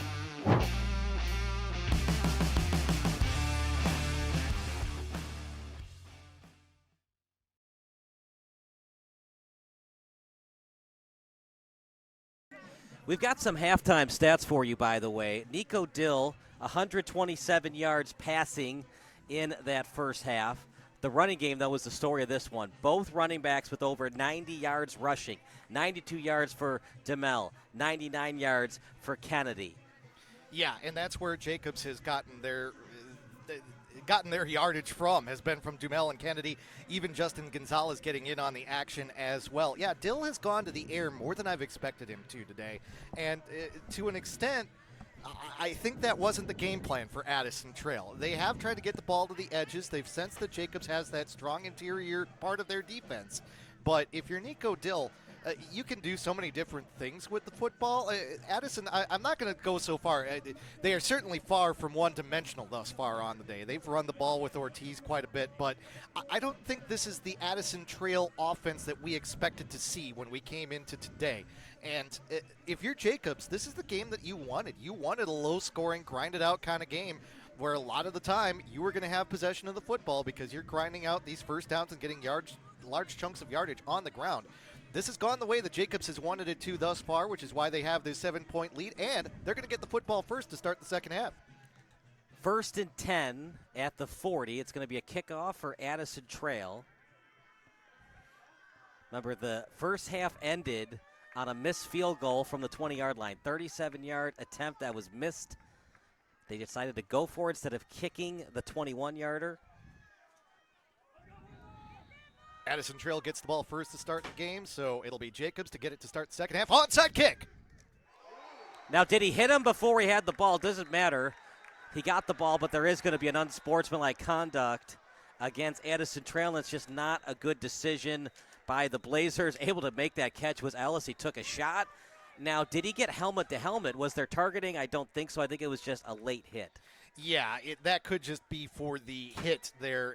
Cooper Ellis, it could also be a defenseless player. I mean, there's a lot of things that you can call there, but hey, all credit to Cooper Ellis for the concentration in that moment. And we've said it a few times. Addison Trail in the first half got a little too cute. They try to start the second half New Orleans Saints Super Bowl style with an onside kick, something you can still do at the high school level. Can't do that at the NFL level anymore. But wow, Cooper Ellis hangs in there, concentrates, catches the ball, takes that huge shot, holds on to it, no fumble on the play, and more than likely Jacobs is going to get some extra yardage as a result of the big hit on him as he fielded it. You don't see that at the highest levels of football sometimes when a guy gets blasted like that. That ball goes flying. What concentration by Cooper Ellis, the 5'8", 140-pound junior, making a big play for the Golden Eagles. This is such a big call. Was it helmet to helmet? Well, yeah, and the question, too, is if there's some targeting there as well, because this may end up being something where with that big of a hit, you end up seeing a player have to leave the field here. So there's a lot going on, and this is a big conversation right now between Noah Cruz, Chris Pezant, and the officials as they are trying to get the full determination of what this penalty call should be. Very cleanly played first half of this contest. Didn't have to talk about the officiating or many of the calls other than the spots, but this is a big call right here. Yeah, I think he led with the shoulder. I don't think it was helmet to helmet. And this is a tough situation in a postseason game, too. And goodness knows the IHSA encourages everyone out there to What is become going officials. on? Yeah, we're having a conversation now here, too, between our head referee and Brian Zimmerman as well. Because I still don't see Jacobs with the ball, and right now the kicker's back on the field. Yeah, both teams are heading back out onto the field here. We're waiting for a signal. Now the tee's on the field. Was the ball not whistled ready for play? Oh, my goodness. What a break for Addison Trail if that's the case. Yeah, something procedurally here. The flags did come out as a result So of they the lost kick. 5 yards, so it looked like they kicked before the ref was ready, I suppose. Offside. Offside, okay. Addison Trail was offside, so it's a dead ball. Yeah. And a break for the Blazers. And they tried it again. Are you kidding me? Wow, they must have a lot of confidence in their defense. Well, it's something, yeah, but that's a good play there by Jacobs to fall on that football. And, again, it's a risk. And in the postseason, sometimes you take the risks. Sometimes you want to be the Detroit Lions or Riverboat Ron Rivera. But you know what? While those risks pay off sometimes they aren't worth the potential of what can happen if they don't pay off. Great field position for Jacobs in this moment where they have a 7-point lead, and now they can try and march down and get more points here. You're right. It is putting a lot of faith in the defense, especially going forward a second time there as well. I mean, both times Jacobs gets that football, and gutsy call both times on the part of the Addison Trail staff, but this is going to work out real well for the Jacobs Golden Eagles. Do you think it was possibly an attempt to do a squib kick and he just messed up the squib kick? It looked like more of an onside kick than a squib kick. Yeah, I think it was an onside kick. He put a little bit too much behind it. I mean, let me tell you something. Onside kicks are not easy for NFL kickers to execute. And this is no knock against Brendan Zabuni, but, it's something where you may be thinking that you're going to get that bounce, and instead it just goes straight to the player. There's a reason they don't work well at a lot of different levels of the sport. And, well, it's a risk. Addison Trail took it, and it didn't pay off for him. Ball at the 49. See what this young quarterback in Stennett could do with excellent field position. Kennedy again. He is now over 100 yards rushing. Just to play devil's advocate, we have an injury on the field. He'll have to go to the bench for at least one play. It's going to be their offensive lineman, Joey Anderson. Yeah, well, to answer your question about what Stennett will do with it, he'll hand it to Kennedy, he'll hand it to Dumel. He'll do what he did throughout the first half, and it's worked really well for Jacobs. Hey, first play of the second half, you come out, you get 9 yards. Kennedy, again, just keeps the positive momentum going from everything he did in the first half. We do see Anderson being helped off the field, and that's outstanding teamwork on the part of one of the other offensive linemen there for Jacobs. Yeah. That is 79, Devin Graber, who is helping him off as well. It was Henry Schauer who fielded the second onside kick as well for Jacobs. Hey, Jacobs is just going out there and saying, we'll take what you give us. If you want to try an onside kick, we'll field it. If you want to let us run the football, we'll keep on running it. We'll just keep on playing our game. 2nd and 1, one in motion. Then Langley goes into motion. DeMel up the middle. This 1-2 punch of Kennedy and DeMel.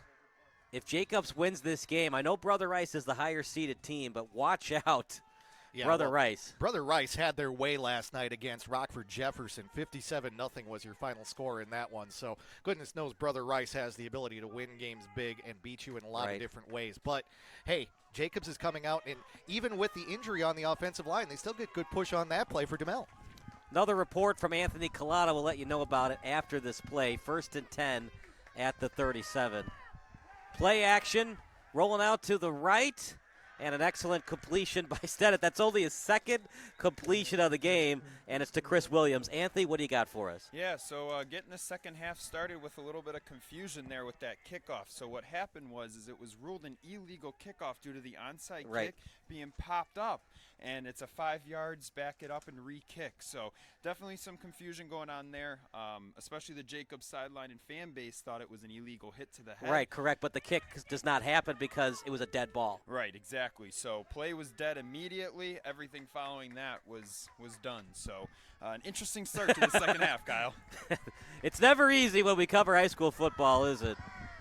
As that's a run up the middle, close to the 20. Let's see where they spot it. It's either going to be at the 21 or the 20. Another nice run by Kennedy. And one would think the way that Jacobs has controlled this clock and controlled the time of possession, a 21-7 lead, I'm not going to say a dagger, but it would really hurt Addison Trail's chances. Oh, it puts Addison Trail behind the 8 ball, and it takes away some of that ability to run the ball with Dylan Ortiz. I'll tell you, one of my frustrations with football right now is the fact that the rules are so different between the different levels. A popped-up onside kick results in a penalty. I'm guessing more than half the people in this building didn't know that would have been a flag. Stennett, look at the escapability. My goodness gracious. Excellent job by Stennett. You got to be careful, though, when you do that, partner. Hold on to that ball tightly because one guy's trying to make that tackle, the other guy with the peanut punch. Yeah, well, you've got Noah Cruz and Gio Ortiz, who we've been talking a lot about on offense for Addison Trail, who end up stopping that play for the Blazers defense. But talk about making something out of nothing there. That's a no-gainer that in the end results or comes from Stennett running about 20 yards, even though he gets back just to the line of scrimmage. Great escapability by Stennett there, and that's something to watch too. We haven't seen Stennett have to take off with the football, but you see something like that, and you might think that you want to draw up a designed run for him. We saw some struggles kicking this season and today by Addison Trail. Does Jacobs feel comfortable with their place kicker? 2nd and 10 at the 20. Here's DeMel. The patience is excellent. Just doesn't do too much. He just waits for the block to happen and goes with his blocker. Yeah, and they do shift the blockers over to that side. If you're Addison, you have to know that when they shift the ball over to that, or when they shift the blocking over to that side of the line, more than likely they're going to follow those blockers. But we're seeing why Dumel averaged 9 yards per carry coming into this contest. Why Kennedy averaged 6.8 yards per carry coming into this one. They get great push. They use their blocking to their advantage. They draw up plays that play to their strengths, and we're seeing it today. They're pushing around this Addison Trail defense on multiple drives. 3rd and 4 at the 14. They fake the reverse this time, and maybe they should have run it again because they don't get cute with it, and Addison Trail read it all the way. Yeah, that was Kennedy who was looking at Jaden Langley potentially taking it in the other direction. That's something that you can even give the option when you have the trust in your players out on the field. And Kennedy is a senior. You might say to him, okay, if you feel like you've got room to run, if you see that in front of you, you can make that pitch, or you can choose to keep it as well. That's kind of a run option, old school option, if you will, there. But he didn't see the defenders in front of him. He kind of turned to look at the back behind him, then kept going forward. Maybe not the right decision. Looks like they're going for it on 4th. Might just be a hard count. Nope, they're going to go for it. Stennett, quick pass to Kennedy. I think he got it. 1st and 10, make it 1st and goal now for the Golden Eagles. I am tremendously impressed with the game that Brian Zimmerman and his staff are calling today. 4th down in a playoff game. You know that Addison Trail is going to have heavy pursuit. Their guys are going to try and be coming to the football. So you know what? You call a screen pass. You let them get into the backfield. You let them get behind the guy who's going to catch the ball, and then he's got room in front of him to run.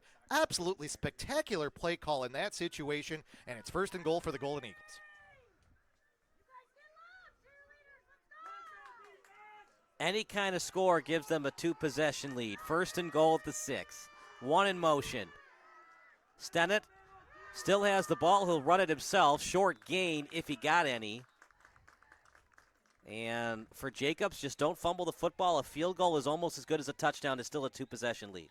Well, and with half of this third quarter still remaining, 6.5 minutes remaining, it's not like you're trying to run clock yet, but it almost starts to feel like it with this Jacobs team. The way that they have dominated when they've had the ball, running it on the ground. You don't mind drawing out this drive a little bit with it in an and goal situation. That was an option run again where Stennett decided to hold on to it. It wasn't there really with either option on that run, but you've got 3 more chances at it from here. Why not hold on to the ball a little longer and take a few more shots? DeMel is now lined up next to the left tackle. Handoff off the left side. Just so hard to bring down these running backs. Inside the 3, 3rd and goal. And decision time for Addison Trail. Do you burn one of your timeouts? Because it feels like if the Golden Eagles score here, that might be the game.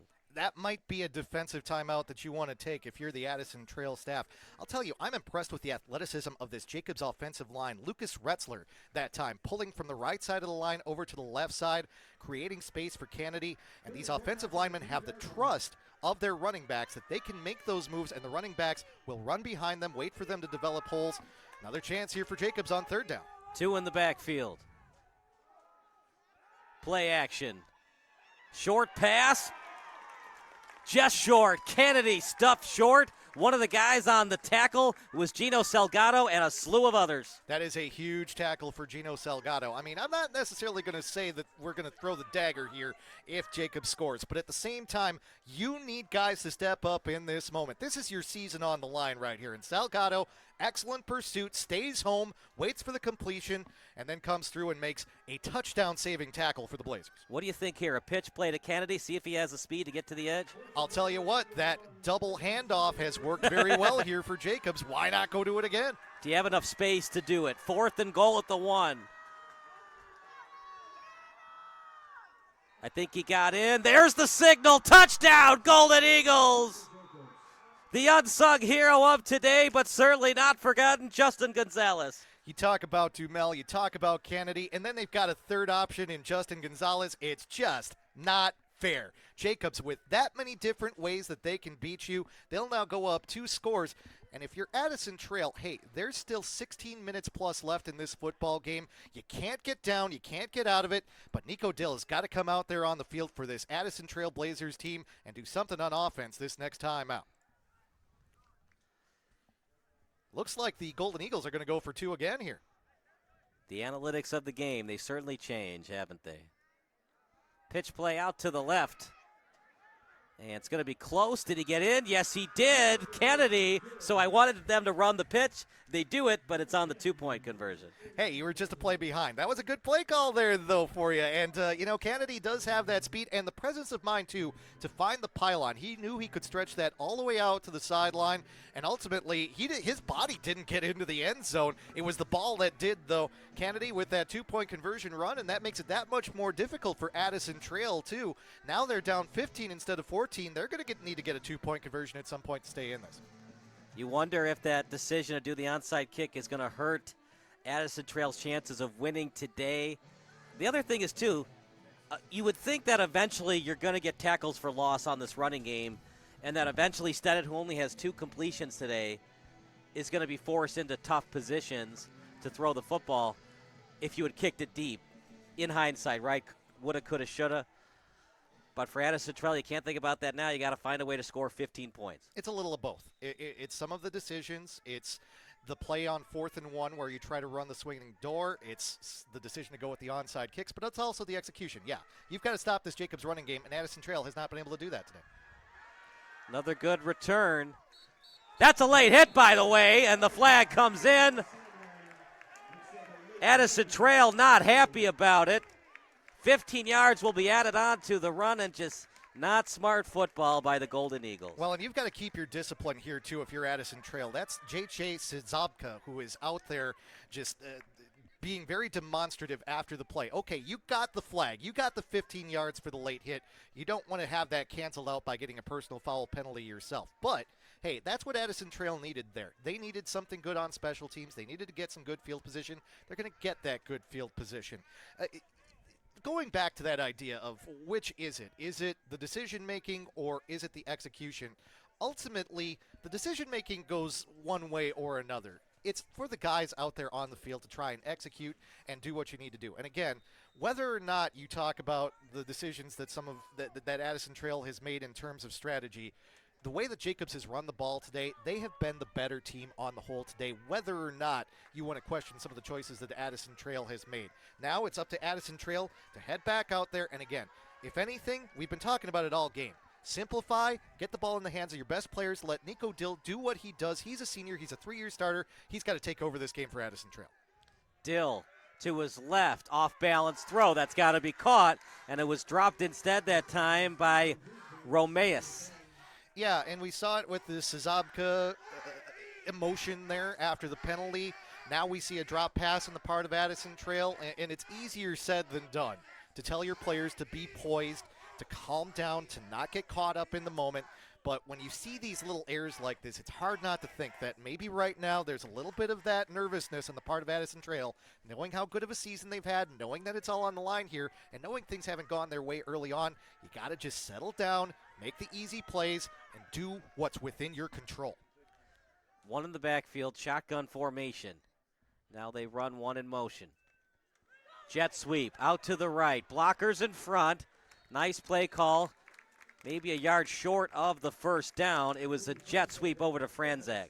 And you can tell Franzak is one of those players that Chris Bazant and this Addison Trail coaching staff look to when they need a play like that. We've seen that jet sweep already today for Addison Trail. It's the second time it's worked well.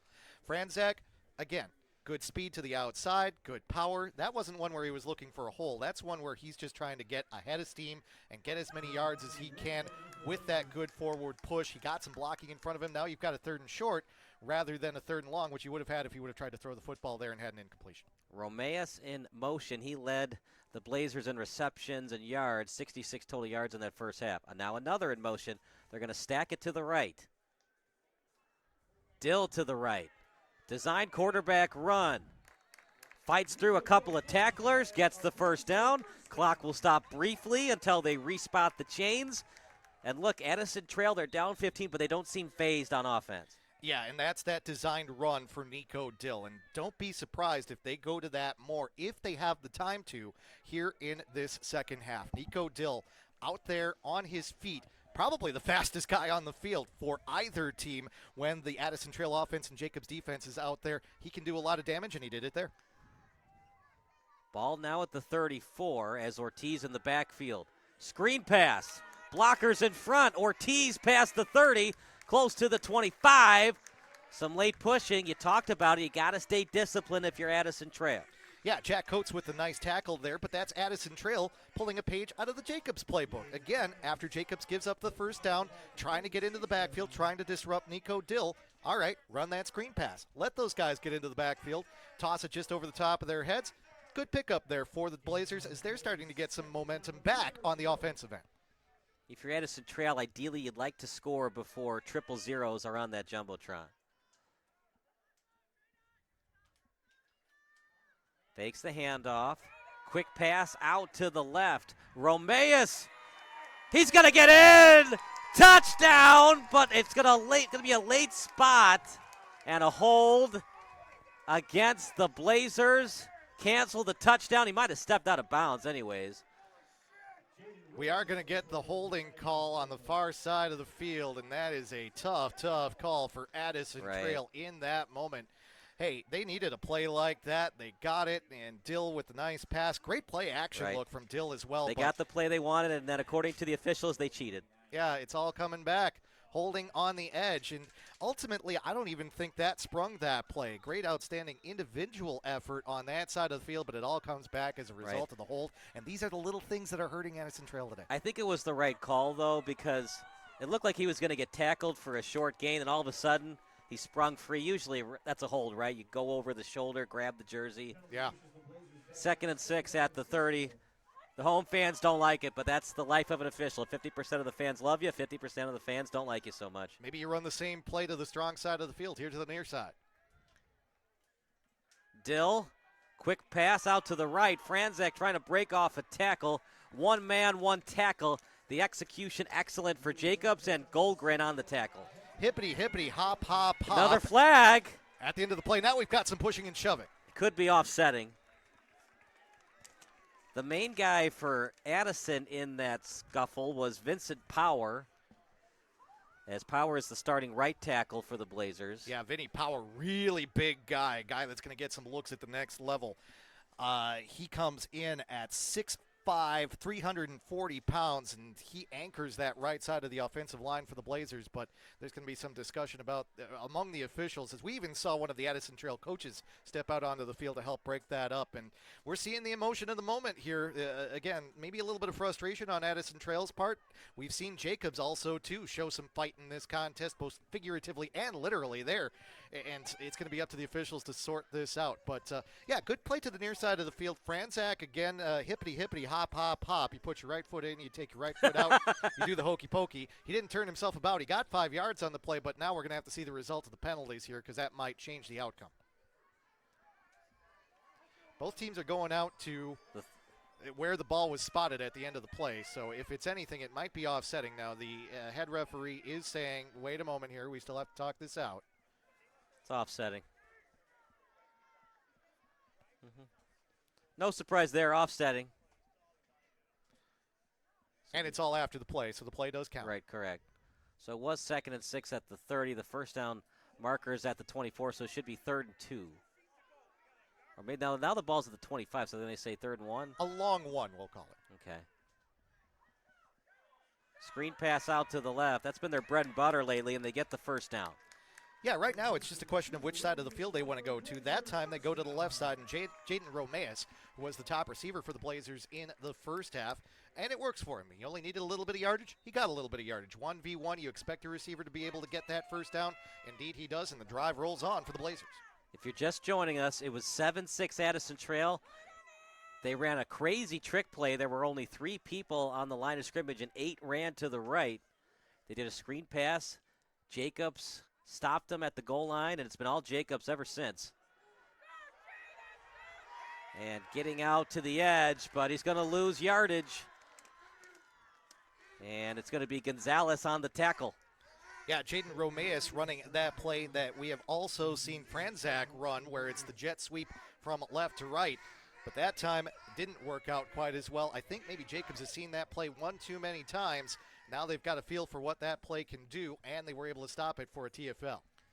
Now that you're down 15, the field goal probably doesn't help you at all. It would have helped you earlier, but not now. 2nd and 12 at the 24. Got to get to in between the 13 and the 12-yard line. Dill with time in the pocket. Now he'll roll to the left. Pressure comes. He'll get out of it. He'll throw it now. Wide open man. Was he in bounds? And he was. Nice pitch and catch as it was completed to Sozin. And man, did the Blazers need that. Boy, Nico Dill was staring down 3 Golden Eagles defenders in front of him. He recognized that he had to do something. He rolled out to the left, kept his composure, found a wide open man downfield. We will head to the other end of the field. And I'll tell you what, Addison Trail, the way they're moving the ball on this drive, they are not out of it yet. Jacobs has to get a good drive going when they get the football back here in the fourth quarter, because it looks like Addison Trail has the momentum back. Take a quick break. It's the Golden Eagles against the Blazers here on NFHS.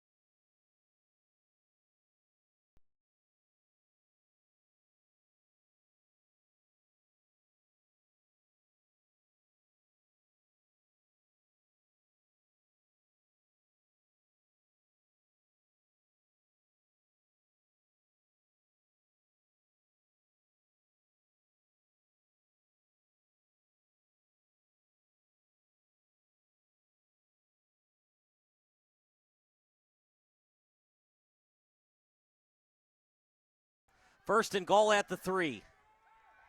To the end zone. Touchdown, Sozin. No flags this time. Second time's the charm. They get called for the holding on Romeus, but they're able to get it down the field. 3-yard completion. Got to get the PAT, though, to make it a one-score game. You see it so often at the highest levels of football. There's nothing you can do about that short slant from the slot. It's a pass that you can't defend effectively, because if you try to jump that route, the receiver can cut it off and head to the outside. Hey, great pass, great catch, Nico Dill. Looked good on that drive for the Blazers. Point after try is partially blocked and goes under the crossbar. No good. That means Addison Trail remains down 2 scores, 9 points, 22-13. We'll take a quick break. It's 22-13 in favor of the Golden Eagles here on the NFHS Network.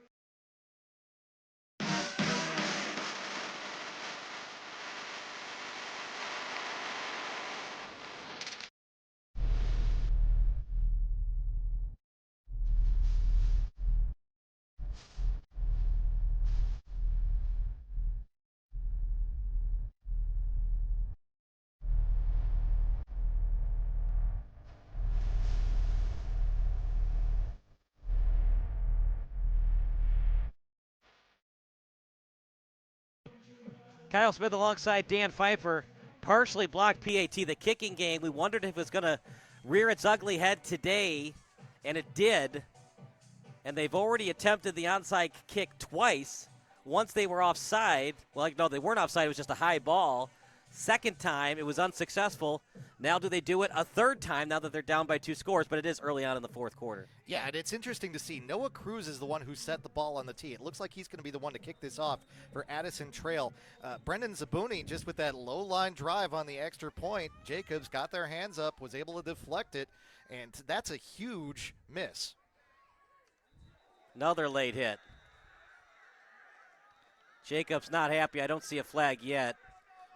It was Jaden Gaona who ended up catching the ball. Now we're going to get a flag at the end of this play, although let's see if this is for Jacobs complaining about the fact that there wasn't the flag on the hit.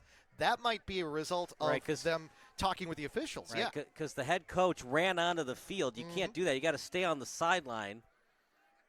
Yeah, so that would be a flag against Jacobs, although the way they've been moving the ball in this contest, it might actually be somewhat to their advantage to have the ball deeper in their own territory. Because they'd feel more comfortable running it. Touchdown drives of 99 and 90 yards in this game already, but it does look like this is we're seeing both teams head back out onto the field here, and it looks like, are we going to get a re-kick? Too high again, most likely. Anthony's going to let us know. I think it was too high again. Isn't that weird, a too high kick on a...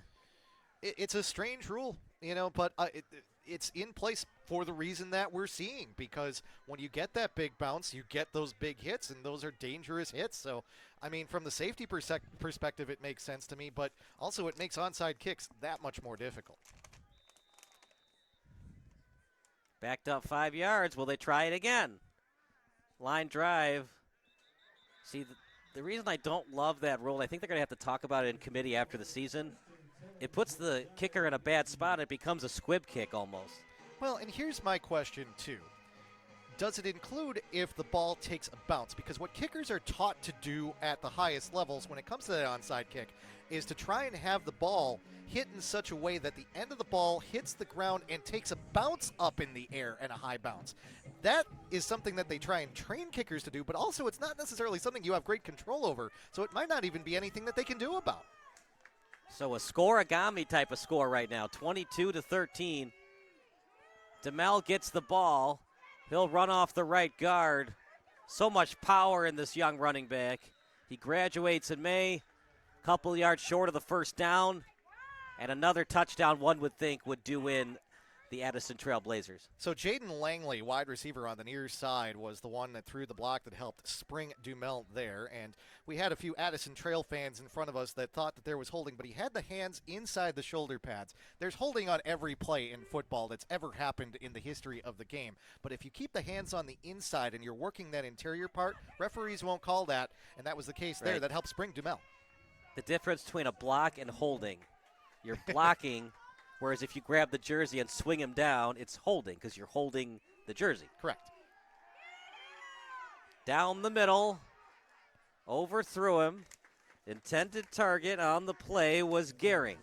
Gino Salgado comes through and lays the lumber on Austin Stinnett as he tries to send that ball downfield. Didn't look like it affected the throw, although it was a little bit overthrown, looking for Carson Gehring. But, hey, I want to give some credit to good sportsmanship on the part of Gino Salgado. After he hits Stinnett, again, puts a big hit on him, offers out a hand to help him up. We like the moments like that. That's what high school football is supposed to be about. You've got 3rd and 2. If you don't get the first, you're up by 2 scores. You don't have to be cute and go for it if you don't want to.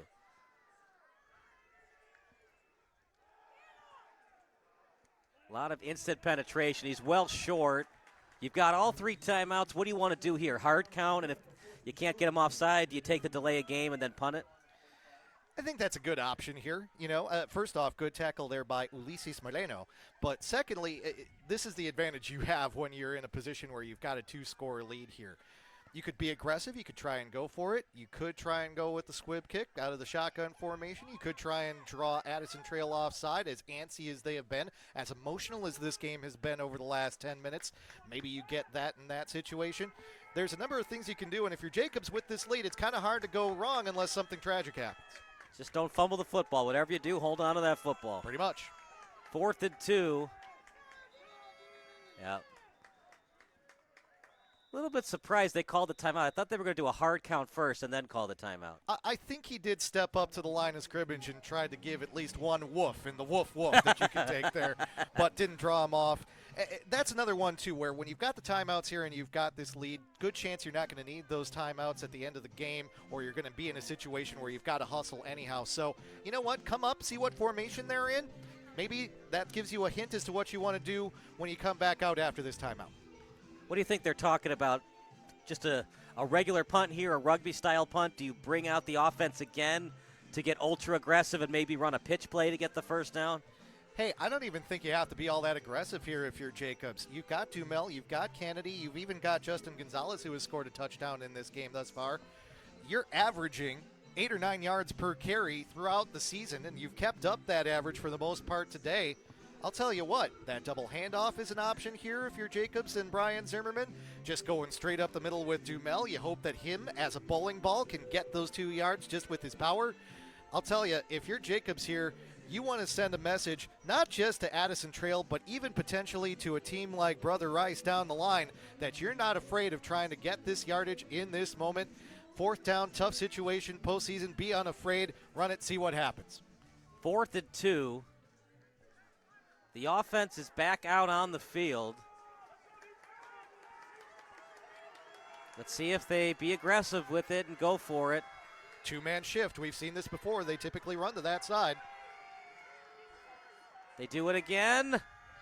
It's going to be close. Where was forward progress stopped? He might be a half-yard short. He's going to be short. They went with the double handoff, but Addison Trail finally figured it out. They stayed home on that side. Hey, we talked about the fact that when they've shifted the formation over to that half, oftentimes they run behind it. They tried to run the counter with the double handoff, but Addison Trail has seen it one too many times. They get the stop there. It's a yard short, and the Blazers get the ball back. This is where you wish you had gotten either the field goal or the point after that you missed, because it's still a 2-score game. You got to look to try and get points on this drive if you're the Blazers, because you've got to score twice, but they're still not out of it. Carlson hurt. He might have a broken arm or something. Anthony Collada, he is in a lot of pain on that bench. Nico Dill, as he completes it, runs upfield, but it gets a couple more yards after catch. Anthony will let us know about the injury to Carlson. Yeah, and that's tough to see, especially in a moment like this. But, hey, good pass coming out on 1st down for Addison Trail. They're able to find Louis Franzak, I believe, downfield. And if you're Addison Trail, you get that big stop. You've struggled to stop Jacobs on the ground all day. Now you get the football back after you got the score on the previous drive as well. Momentum on Addison's Trail side, even though they're down by 9. Such a brutal missed PAT. Got the first. Still on his feet! Forward progress was not stopped! Touchdown, Romeus! I'll tell you what, that looked like it was an errant play, because it looked like both Jaden Romeus and Trevor Sosin ran the same route. They were a yard away from each other, but in the end, it's Romeus who gets the football, and an outstanding individual effort, breaking a tackle, finding his way into the end zone. It's a 3-point game. The way things have gone with the kicking game for Addison Trail, let's see if they keep the offense on the field and go for 2 or try and get the 1-pointer here. Either way, though, great play for the Blazers, and they're right back in this thing. It's been a back-and-forth contest in terms of momentum. Jacobs has had the lead for most of the contest, but Addison Trail hanging in there. They're going to go for 2, ultra-aggressive. If they don't get it, they still trail by a full field goal. 1 in motion. Dill with time to the end zone. He got in. Cross the goal line, cross the pylon, touchdown. Well, 2-point conversion, 22-21. Jacobs hanging on by the hairs of their chinny chin chin. At some point, something had to go right for Addison Trail, right? They get the long touchdown, then they get the 2-point conversion. Louis Franzak is the one who reels it in on the quick slant. And Addison Trail right back in this thing. Not only that, they proved on the last drive that they can stop this Jacobs running game. If you're Jacobs, you've got to introduce some variety into your offense, because Addison Trail knows that Jacobs will try and go to DeMel and Kennedy. They've got to try and find something else, because this one is far from over. I was surprised they went for it. They called the timeout. They had all the time in the world to set up their punt. I understand in high school there's no such thing as a perfect punt formation. Sure. You see a lot of snaps that go over the punter's head. He misses the kick, blah, blah, blah. So there's no such thing as an easy punt in high school football. If you had punted, though, one would think you'd get at least 20, 30 or more yards of field position backed up against Addison Trail. Instead, they go for it. They're a yard short and easy field position for the senior and Dill to take advantage. And we knew that this game was going to be a close, tightly fought contest. And in those kinds of games, it's the decisions that matter at the end of the day. You know, we've seen it on both sides. Jacobs going for it in that situation. Addison Trail going for it on 4th and inches from the goal line. It hasn't worked out for either team when they've had these decisions a lot of the time today. Again, it's been when teams have gone to their bread and butter, and on that drive, it was Addison Trail trusting Dill to do what he does, getting the touchdown pass and the 2-point conversion. This might go out of bounds. It will not. Has to be returned by Jacobs past the 30-yard line, and it's an excellent return by Langley.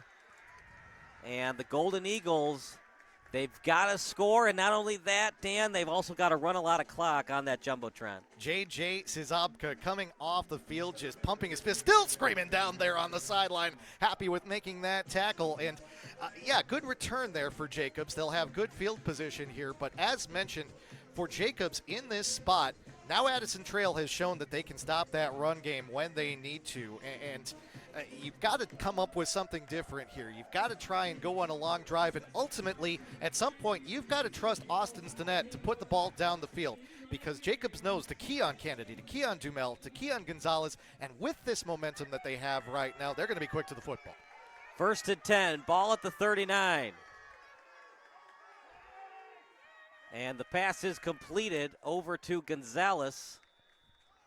He's been the unsung hero of today, made a big tackle earlier, that touchdown. Hey, I want to go back to that kickoff. Because of the onside kicks that Addison Trail has been taking, Jacobs had a number of guys up closer to the kickoff, and as a result, they only had the return man Langley back. By angling that kick away from Langley, that almost turned into its own kind of onside-ish kick, even though it was deeper, because Langley was nowhere near the football. That's a situation where if the Blazers are quick to the ball, they could create some issues for Jacobs. It worked out for the Golden Eagles, though. 2nd and 4, ball at the 45, one in motion. That was Langley. They run it up the middle. Kennedy again, he'll get the first down. Are you surprised they just don't want to do the passing game today? Not necessarily. You know, because of what Dumel can do and Kennedy can do, you can win in the high school game by having a strong running game and just playing ball control offense. I will say this, with Kennedy in motion, a little afraid there that snap, if it would have been timed a little bit differently, would have hit Kennedy. Right here, if you're Jacobs, I really think you want to try and keep this simple if you're going to stick with the running game. Stay with Dumel, stay with Kennedy, run behind your blocking. Just do the little things and hold on to the football. Here we see the two men in motion again as it's Dumel in the backfield. Dumel on the carry, straight up the middle. He'll pick up 2, maybe 3 yards, depending on where they give him forward progress, brought down by Dan Gonzalez. So here we go. 2nd and 7, ball on the 46. One of the things, if you're Jacobs here, yes, it is just a 1-point lead. But also, with this amount of time on the clock, 7:43, if you can grind out a drive here where you can get first downs on 3rd down, on 4th down, you can run this clock pretty close to 0. Screen pass out to the right. Got past the 45. It was completed to Dumel. Dumel is impressive when it comes to seeing things in front of him. There, he gets the ball behind the line of scrimmage. It doesn't have a lot of blocking help, but he figures out the momentum of the Addison Trail defenders and is able to use that to his advantage. Finds his way, picks his way through, makes something out of nothing. This is a 3rd and manageable. It's not a 3rd and ideal in the sense that it's not 3rd and 1 or 2, but it's 3rd and 4 as a result of Dumel having that vision. It's 3rd and 4. Ball at the 46. They're going to pass this time. Stinnett. And he just overshot his receiver. Quick report here from Anthony Collada. Anthony, what do you have for us? Yeah, so we thought that someone may have come off with an arm injury of some sort. Nobody down there getting looked at. Nothing going on down there. We do have an update on Carter McCoo, the kick returner for Addison Trail, who went out. His pads are off. He's on crutches, so his day is done. All right, correct. Thank you so much. Yeah, we saw number 9 and Jack Carlson. We thought that he was going to be attended to by the training staff, but Anthony, who does a nice job for us, says he is back out there and he is not being attended to in the blue tent. So here we go, 4th and 4. Yeah, and it looks like Jacobs is going to punt in this situation. At least they have the punt formation on, let's say that. I'm surprised they punt here and they didn't punt before, but they are going to punt. And maybe that's why they didn't punt before. That is a pooch kick that almost hits Jonathan Valdez. He went after it. Did he touch it? Did Addison Trail touch the ball? This is going to be a big call. If anybody on, oh my goodness. Jacobs gets the ball near the 20, inside it in fact. What a break for the Golden Eagles just when everything was going the way of the Blazers. We do have an injured Golden Eagles player down, but this is one of those moments, and we see here it's Dustin Ells who is crouching down on the field right now. I believe either Ells or Jack Carlson, who is now taking off his helmet. Actually, no, I think that might be, it's hard to tell the difference between some of these numbers here. Noah Cruz, who is walking off, and he's just kind of asking himself, why? Why would we even try to touch that football in that situation? Nothing good comes of trying to pick up an oblong ball that can bounce around in that manner, in that situation. There's a good chance you're not going to be able to field it cleanly, and then there's a good chance the opposing team rushing down there to try and just cover the punt is going to be able to fall on it.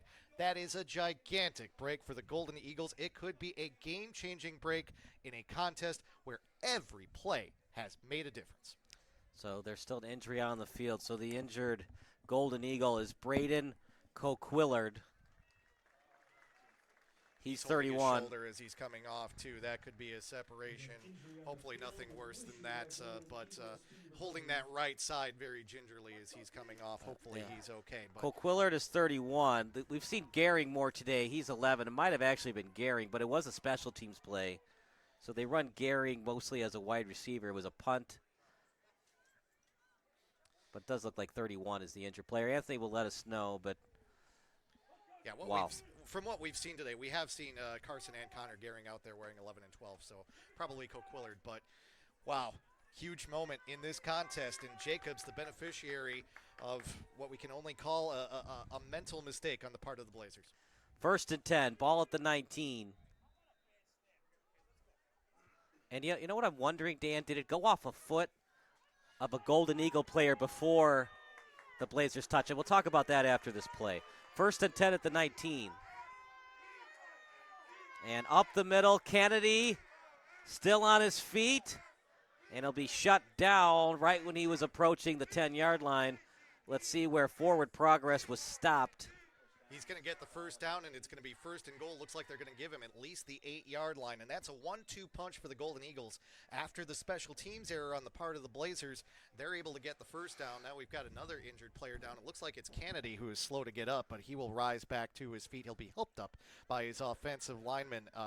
To have that big of a hole after the special teams play as well also cuts at Addison Trail in this moment. But, yeah, there's chaos on those punts, but the rule of thumb is if you're not going to have a return, get away from the ball. I just feel like it might have hit a Golden Eagles foot. There were more Golden Eagles around it at first than Blazers. I don't know. Handoff up the middle, DeMel. By the way, Parker, this game is far from over. Even if the Golden Eagles score, one would think they would want to go for 2 to make it a 2-score lead again.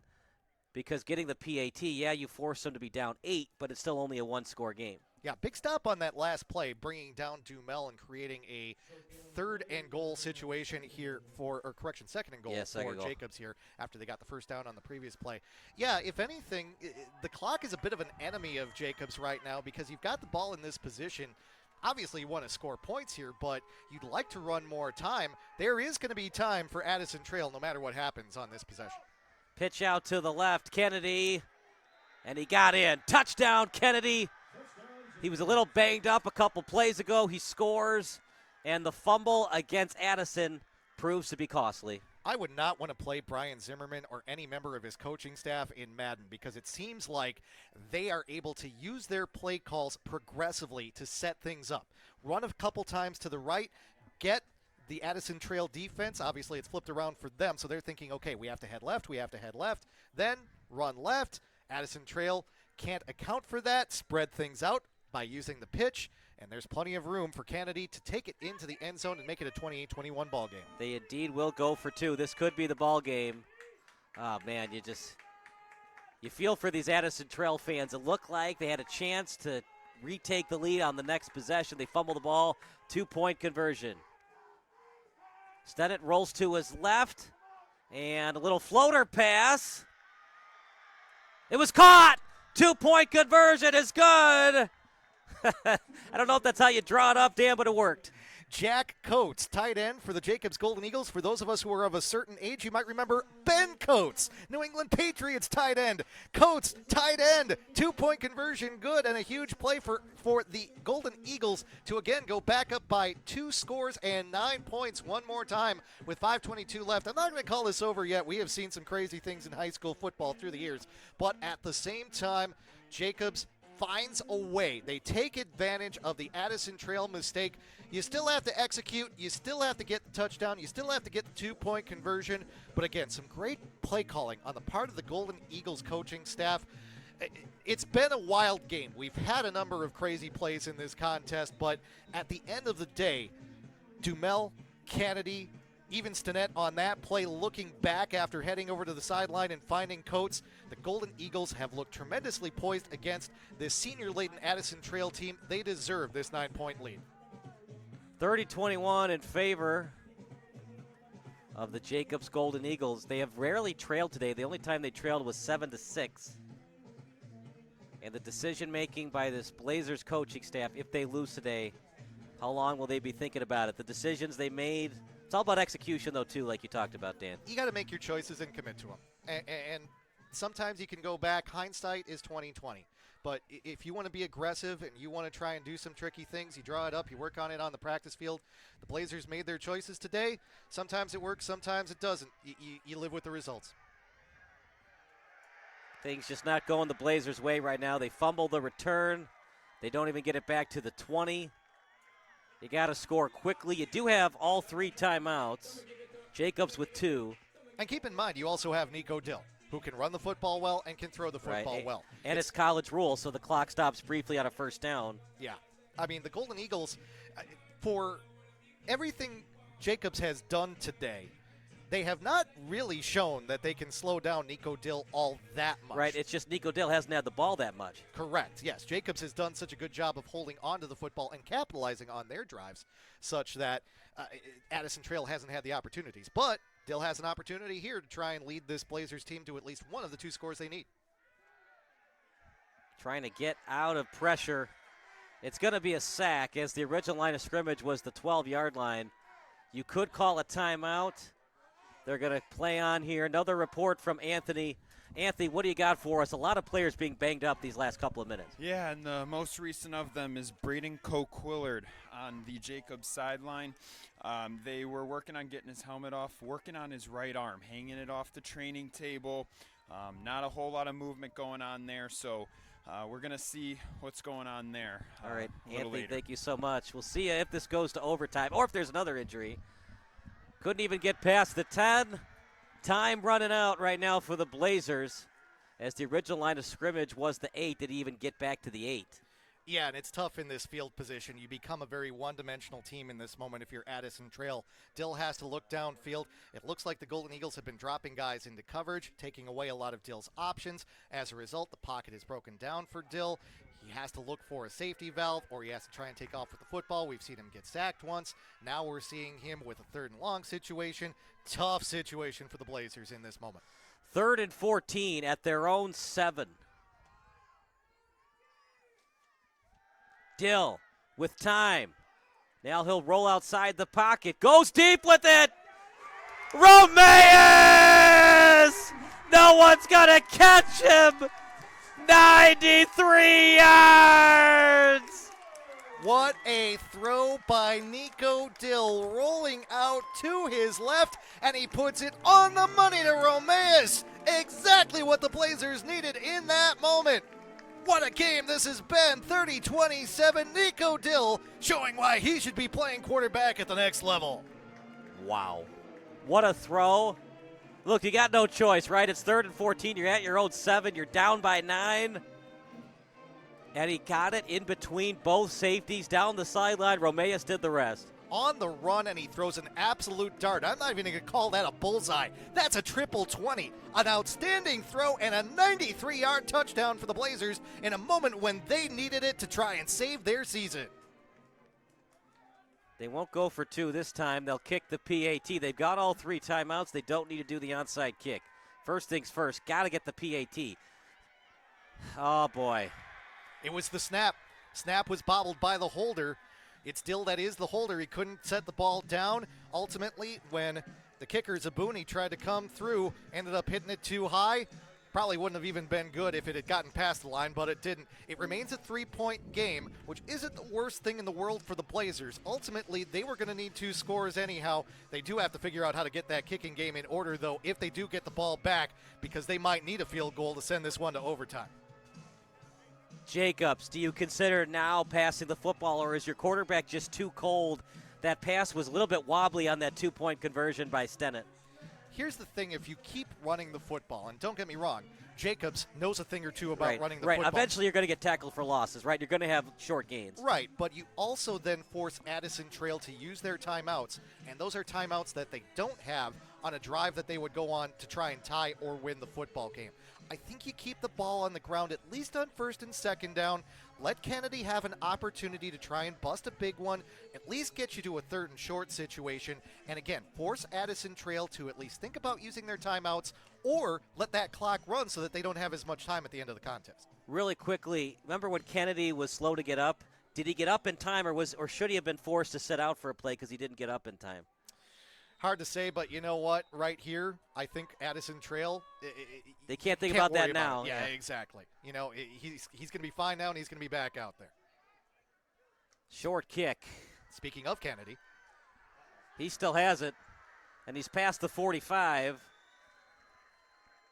And now for Addison Trail, cannot allow any more first downs. You're going to lose all 3 timeouts at the very least. You know, I hate to say this, but ultimately, in this game, it may be special teams, if Addison Trail falls in this contest, that are the difference in this Kicking game was pretty bad, and the special teams on that punt return. Even that kickoff, going with the short kick, with Kennedy as the second man for Jacobs to be able to field that kick and get that good return. And granted, Jacobs, we've seen their punting game isn't that great, but even here, even with a not-so-great punt, the field position is such that Addison Trail is going to have a ways to go. It's never easy for Jacobs when it comes playoff time. Kennedy up the middle. He did get the first, so Addison Trail will have to call timeout. Oh, boy, something happened after the play. Another push. There's a flag. Is it going to be offsetting or just against Addison Trail? So there was a lot of blocking going on well away from the play. We see downfield, that's Charlie Glenn for the Golden Eagles, who blocked, it looks like Noah Cruz, all the way 20 yards away from where the run had occurred. We also have an injured Golden Eagle down Joey right Anderson now. Joey again. Anderson That's the again. second time we've seen him get banged up. But definitely outside of the realm of the play. So that was the first thing that happened. But then you got the shove at the end of it. Yeah, it was way away from the play, but also it's part of the game. It's the shove after the play, and how often do we see it? That the personal foul gets called on the second guy. It's that demonstrative moment. Now they're going to call personal fouls both ways, and you know what? I actually like that call. Yeah, because I think it's the right call. I think it would have happened on both sides. You don't want to change the game in this moment as a result of really 2 plays, and I hate to use this term, but I'm going to use it. 2 unsporting plays there, both the shove and the fact that was going on so far away from the play, with the whistle having already blown as well. Even without the whistle, it was well away from the play. He didn't need to be that physical. So, you know what? Don't let a moment like that decide what's been an outstanding football game between 2 great teams and figuring out who moves on or who goes home. Don't let that play be what changes this game. Call the foul against both players, put it on their records, but you know what? Let the game continue on as it's been. And, hey, great run by Kennedy there. As we said, let Kennedy cook. Let him run through the middle. He gets a first down for the Golden Eagles on the first play of this drive and gives them even better field position here. And again, we'll have to see here. I don't believe with the injury there was a timeout taken by Addison Trail because the clock stops as a result of the injury. But, hey, for Jacobs, keep going to Kennedy. You get that gain on first down on the first play of the drive. Why not go to him again? Field goal doesn't really help Jacobs much. It would force Addison Trail to get a touchdown to win it. But the way that Addison Trail's kicking game has been so suspect all day, they kind of want the touchdown anyway. You're just thinking first downs, and hopefully you can run out the clock on victory formation. Grind the football, pound the football. Just keep on keeping on with the ball on the ground. You've got Dumel, you've got Kennedy. This is the strength of your team. Don't go away from the strength of your team. For goodness sake, you've got Marshawn Lynch. Don't throw the ball at the goal line, Pete Carroll. Sorry, I lapsed into a previous Super Bowl there. To be honest, it was a great play by Malcolm Butler. It was an outstanding play. First and 10 at the 42. Gonzalez in motion. Fullback dive. Kennedy slipped. He still got 3 yards. Even when he slips, he gets 3 yards. Yeah, that's the kind of speed and momentum that he has. Almost kind of did a breakdance move as he went down there. But, hey, you know, even though he fell down, and we've seen that a couple times today, for whatever reason, this turf has been a little bit slick. Again, the hole was there. You're going to run some clock. It looks like Addison Trail isn't going to take a timeout here. And you know what? This time, maybe he stays on his feet. If you get a similar hole, you get another first down. At least you get some positive yardage. Stick with it. It's been working for you.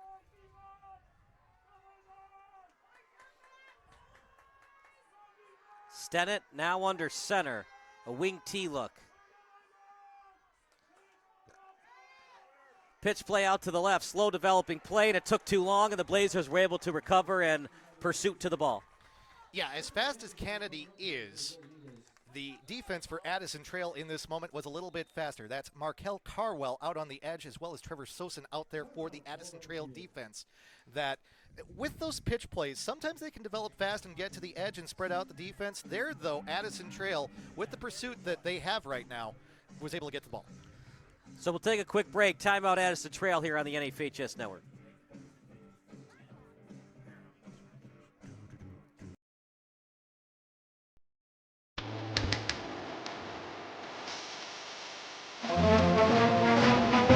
Hey, conductor, how about something new? You played this last year. Come on, get your head out of your sack. I'm trying to hear. I'm sick and tired of hearing your kid play the wrong note. Where's my kid go? At least you can see your kid. Why's my kid still way in the back? The conductor only played his favorite. I can hear no solo. See my kid? Yeah, All right, guys, here we go. 3rd and 7. Ball on the 38. 2 in the backfield. The running game's been their bread and butter all day long. Handoff to the right side. Gets to the edge. Past the 30. Inside the 20. DeMel, when they need the senior the most, he delivers. Now he does run out of bounds, which stops the clock, but the clock would have stopped with the first down as well. I'll tell you what, Dumel today has been more of the alternate option to Kennedy, but what a luxury it has been for the Golden Eagles to have these two backs today, Kennedy and Dumel. Dumel in that moment comes up big. The Golden Eagles, they have made more plays consistently today than Addison Trail. If they end up winning this game, and again, there's still 2:17 left, this running game has been what's earned it for them, and they have earned it today. Now 136-yard rushing for DeMel, 159 for Kennedy. Talk about thunder and lightning right there. Fullback dive. Blazers not fooled. They'll have to call their second timeout, though. We'll see if they choose to call it here or if they wait. They might choose to wait knowing that you've got 4 downs here for the Golden Eagles, and I think desperation is starting to settle in for Addison Trail as they know they've got to get some stops here. Another report from Anthony Collada. We've kept you busy, partner. What's the other injury you need to report? Yeah, so that injury was Joey Anderson, right. A big man for Jacobs. They walked him off, limping off the field. They were working on his right ankle, some noticeable swelling going on there with not much time left in this game. Don't expect to see him the rest of the game. And then we do have an update on Coe Quillard as well. His shoulder pads are off, his arm is in a sling, and it sounds like they're going to be going for some imaging. All right, thank you so much, Anthony. False start against the Golden Eagles. And you know, partner, every time you see a false start late in the game, usually it's the team that's losing and it's the 10-second runoff. This time, the team that's winning commits the false start. You've seen everything today, right?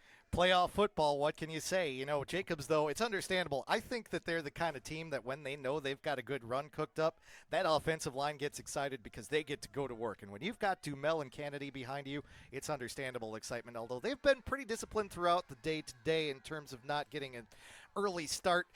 Maybe they're feeling that energy of feeling like they might be able to get this game in hand over the course of the next 90 seconds. 2nd and 14, a minute 30. What a playoff game today. As advertised.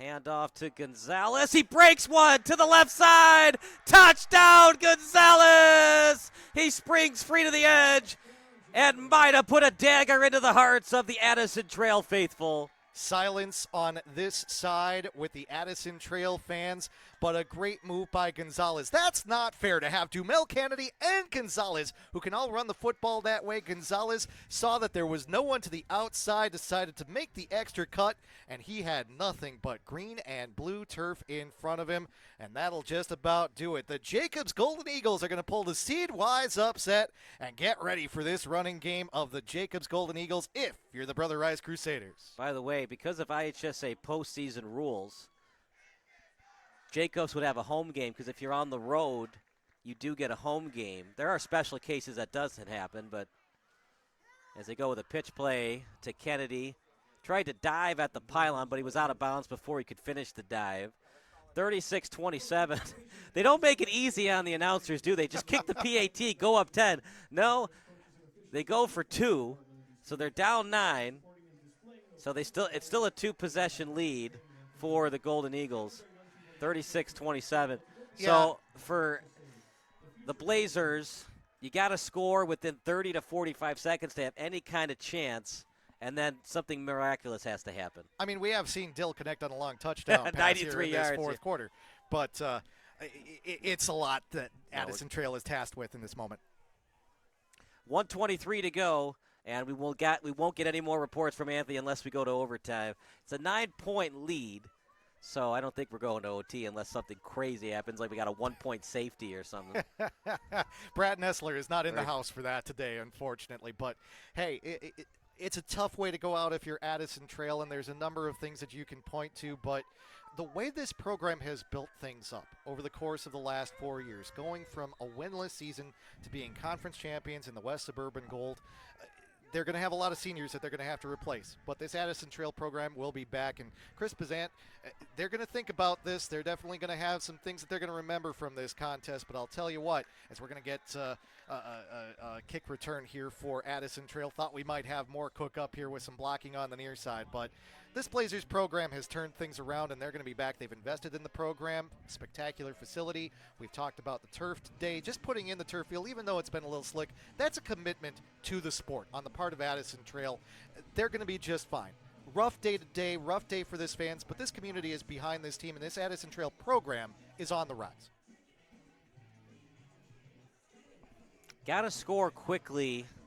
Do you have any kind of confidence in the kicking game that he could make a 40-plus yarder to save clock? I don't think so. I think the way this thing is going right now, if you're Addison Trail, you want to get that touchdown. Let Nico Dill do what he does. Dill to the right. Completed. Gets out of bounds. Got it to Cruz. You do feel for these seniors. Again, we mentioned Nico Dill, a 3-year starter. Noah Cruz, also a senior for Addison Trail. Talked about Gio Ortiz as well, running the football. I mean, it was a great season to get to this point, but you knew you were going up against the Jacobs team that, again, Jacobs has more of the tradition on their side in terms of football success. Exactly, and you knew they were going to bring their best today, and they did. Also try to avenge those back-to-back round 1 defeats, 2023 and 2024. Dill to the right. Dill goes downfield with it. Oh, that was what was almost caught. Try to get it again to Romeus, who's had an electric day, including that 93-yard touchdown reception. But time running out for the Blazers. What could have been if they had just gotten away from that punt? What could have been today? Well, the punts, the 4th and 1 at the goal line. It was or 4th and 4. Goal, yeah. Well, yeah. 4th and goal at the 4. Well, yeah. and not only that, too, the play where, they ran the formation with all of the linemen swung out wide. Right. That's a pass there just now that if you make that pass in the first quarter, that's not a good pass because there are 4 defenders and 2 receivers. But you got to do that sort of thing now if you're Dill. And, yeah, some decisions that you look back on. But, again, you got to commit to it, and you got to live with the choices you make. One-on-one coverage down the sideline, overthrew his receiver. It was Sosin. As Gonzalez points to the home crowd. Got to be careful. Sometimes they call taunting on that. Yeah, well, he was pointing to his fans and to his bench. So, and again, I think the officials have done a really good job in this game, which has had a few heated moments and has had certainly some confusing calls. The onside kick calls have been ones that we were not necessarily familiar with up here. But at the end of the day, hey, I hate to say this, but it's true. Even though they weren't the top team seed-wise, Jacobs played a better game than Addison Trail. They executed better, whether it be with the bread and butter plays from the line of scrimmage or with some of the trick plays that Addison Trail tried to run. Hey, Jacobs, that's a tricky little double handoff that they run too, but they executed that well. The Golden Eagles deserve to move on the way that they played today. 4th and 2 at the 36. This is it for Addison Trail. They run the reverse. Will it be a flea flicker? Dill goes downfield. Lefty throw. Dill dove for it. Flag down. Flag down. Could be roughing the passer. So another play would happen if that takes place. Looked like Nick Meyer made contact with Jaden Romeus, who tried to throw that ball downfield. Again, little Steve Young action, lefty quarterback trying to hit the flea flicker downfield to Nico Dill, who has played some wide receiver as well for Addison Trail. But, this is a moment where maybe this works out for Addison Trail, but it truly is desperation time now. So this will keep the drive alive for the Blazers, but they've got to at some point complete something here if they want to try and execute the miracle. Got to get it inside the 30, one would think, to have any kind of chance at a field goal. Yeah, and we do see that strategy sometimes at the higher levels where you'll get the points and then decide, okay, we can try and get the onside kick in the field position. If we don't, well, that's the position we put ourselves in. But again, the way the kicking game has been today for Addison Trail, even trying to kick a field goal here seems like it would be a bit of a risk. If you get it to the 30, it's a 47-yarder or better. It's just a couple of mistakes that Addison Trail made. Dill rolling to the left. Was he forced out? They're going to say he was knocked out of bounds. Okay. So it is a first down. Well, at least they're going to stop the clock to move the chains. Let's see if they make the clock roll after the play. But I'll tell you, where Dill seems to be his best is when he gets outside of the pocket. I am so impressed with his ability to throw the ball on the run. I'm excited to see what Nico Dill will do at the next level. I've had the chance to do some play-by-play for the Maroons at the University of Chicago. I've seen some good D3 quarterbacks. I'll tell you, Nico Dill looks like he's at that level. 1st and 10 at the 39. Got to get inside the 30, but they're running out of time. 43 seconds. Drop-off pass. Did not get out of bounds. They have one timeout left, and they will call it, and we'll take our last timeout of the game. You're watching the Golden Eagles against the Blazers here on the NFHS Network.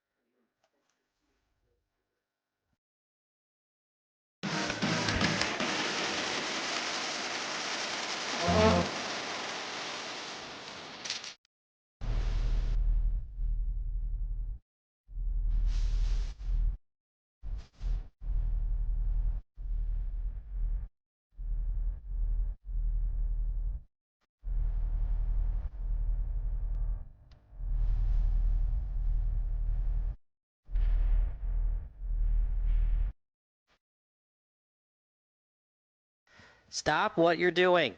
If your SBS broadcast looks blurry on your laptop or desktop, do the following steps. Number 1, click on the wheel icon at the bottom right of your screen.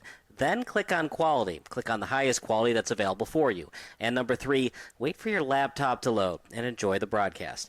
If your broadcast looks blurry on your phone or tablet, do the following steps. Number 1, click on the wheel icon located at the top right of your screen.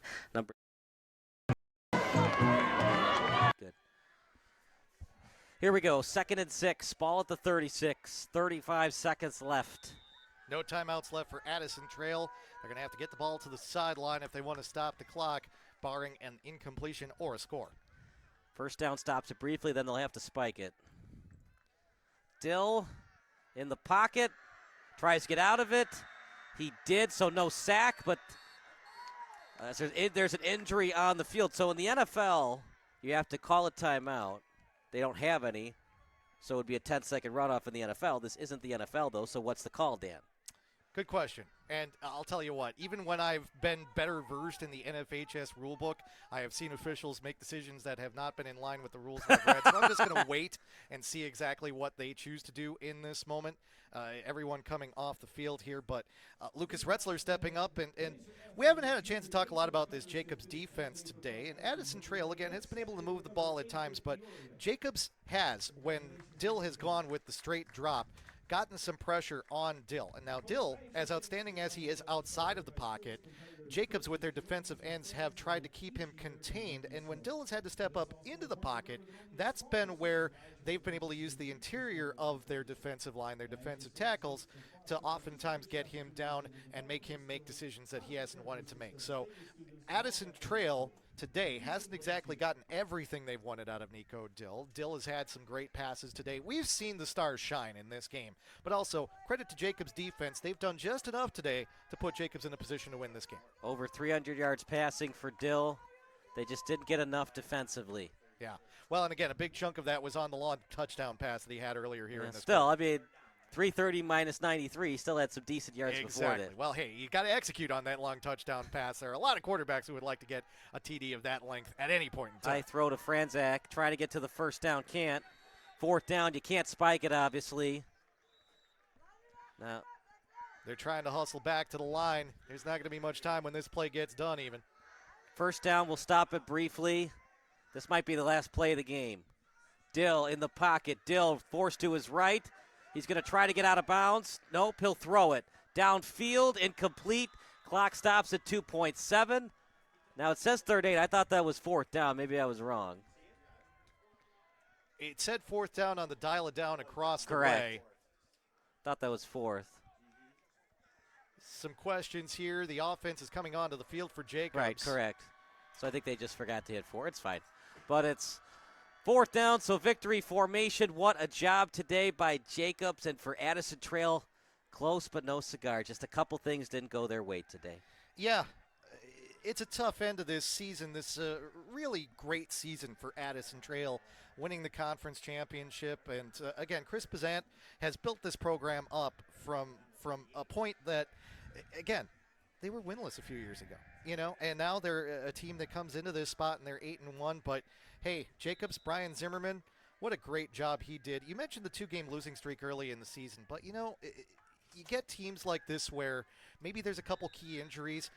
I've seen it where you've had the highest seed in the portion of the bracket going up against the lowest seed, but the highest seed suffers some injuries, the lowest seed gets healthy, and they come through and win. You know what? Jacobs, they look good today. Dumel looked good. Kennedy looked good. Gonzalez looked good, and they deserve to move on to the next round and take on Brother Rice. Real quickly, Dan, who were your 3 stars of the game, brought to you by the NFHS Network? And I'm going to give it to those 3 backs, Dumel, Kennedy, and Gonzalez.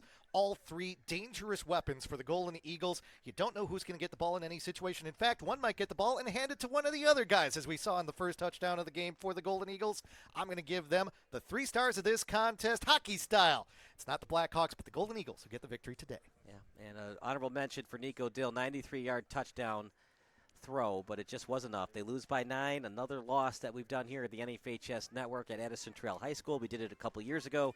Nico Dill lost both games, once as a sophomore and now as a senior. It's not a statement on his quality of play, though. He had an outstanding game for today. Sure. He was not the reason they lost today. Defense just didn't do enough. Special teams didn't do enough today. That does it for our in-game broadcast. Post-game show brought to you by NFHS Network coming up next.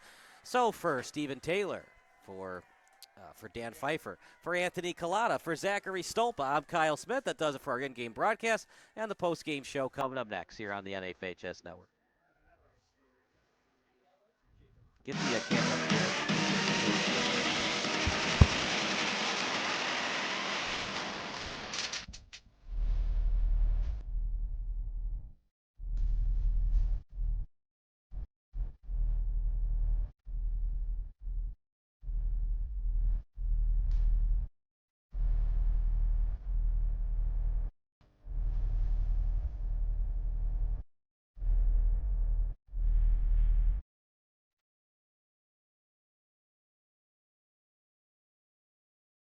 1 second from half court.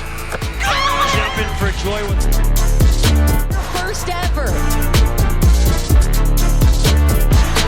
A 2-on-1. Oh! Did he bring it in? He did! It is Caught!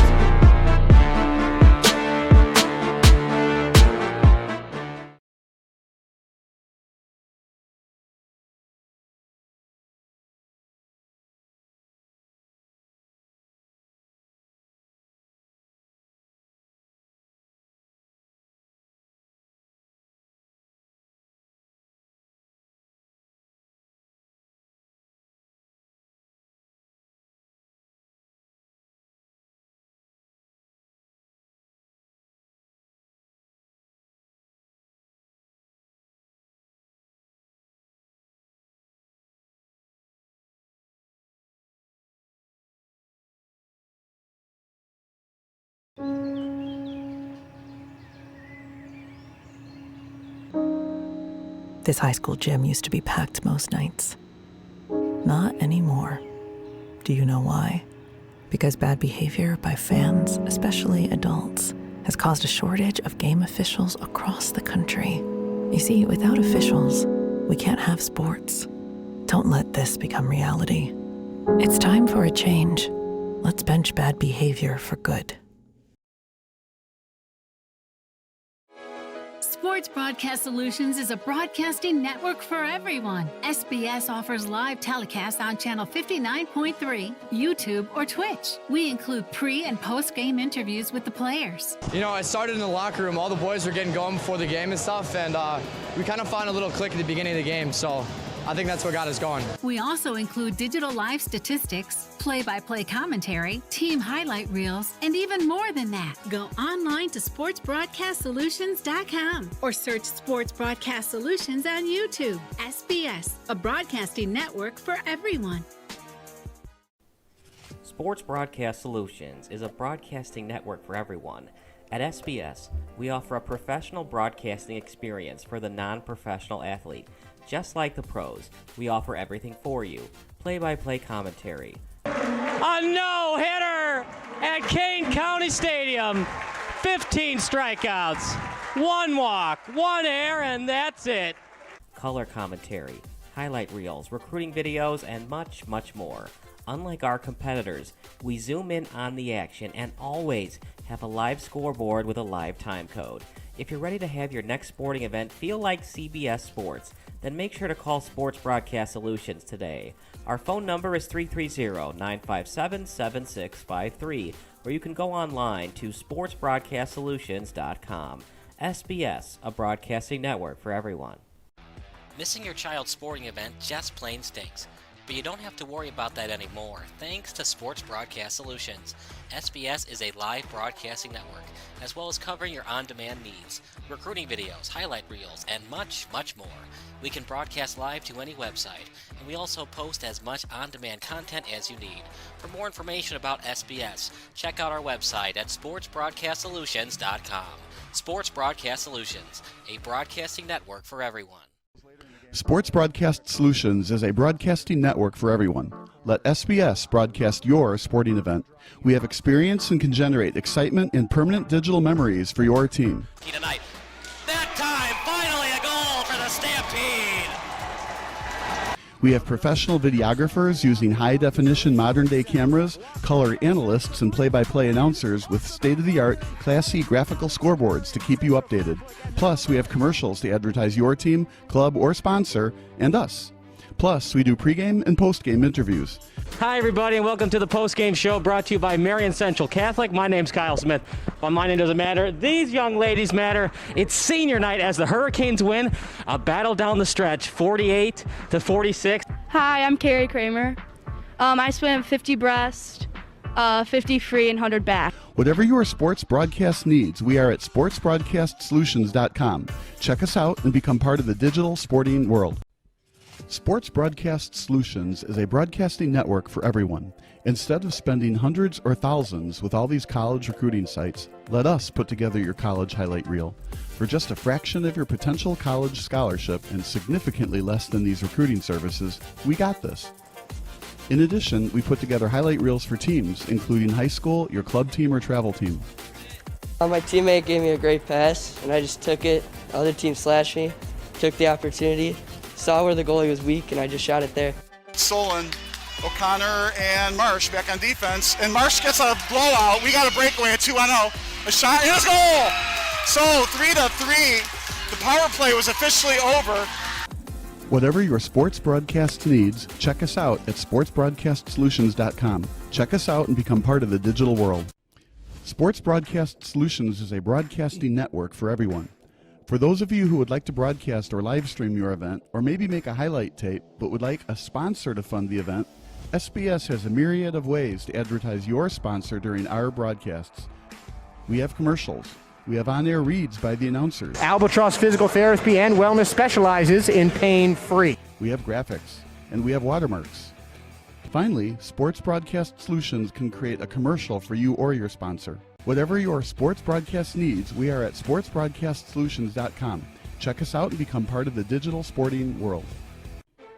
Sports Broadcast Solutions is a broadcasting network for everyone. For those of you that just want raw footage of your sporting event, but no play-by-play or color commentary, you just need us to live stream video from the event over the internet. We will live stream your event on YouTube on our Sports Broadcast Solutions channel. In addition, we also have a dedicated channel on YouTube for live streaming at SBS Livestream.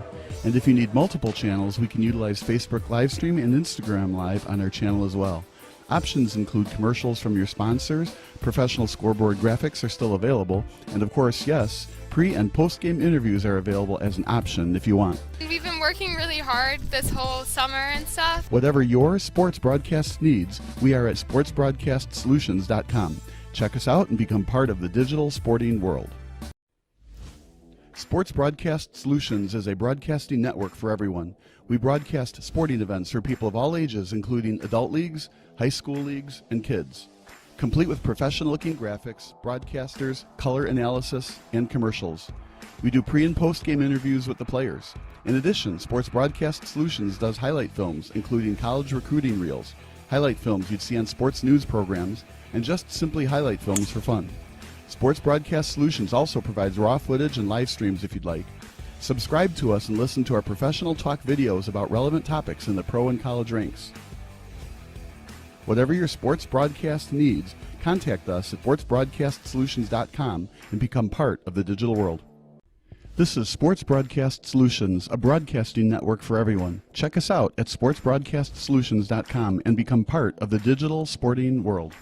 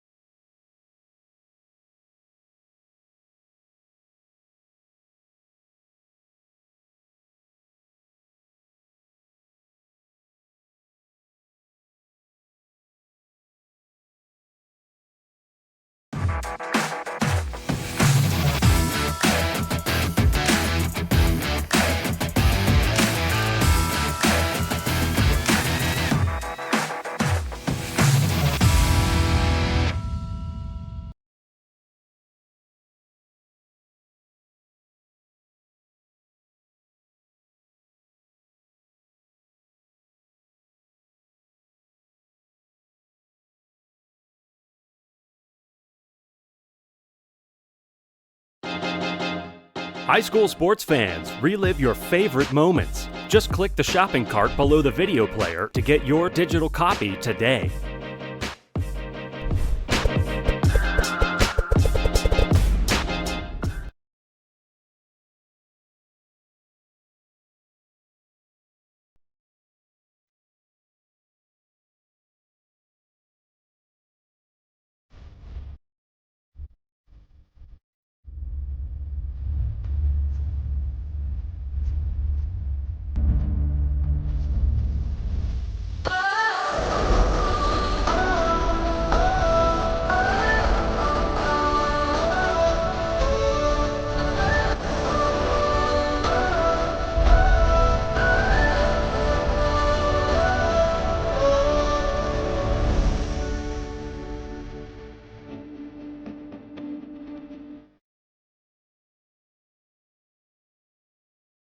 Stop what you're doing. If your SBS broadcast looks blurry on your laptop or desktop, do the following steps. Number 1, click on the wheel icon at the bottom right of your screen. Then click on quality. Click on the highest quality that's available for you. And number 3, wait for your laptop to load and enjoy the broadcast. If your broadcast looks blurry on your phone or tablet, do the following steps. Number 1, click on the wheel icon located at the top right of your screen. Number 2, click on advanced. And number 3, click on the highest quality available. If you're still having issues, type in the live chat. Thanks and enjoy the game.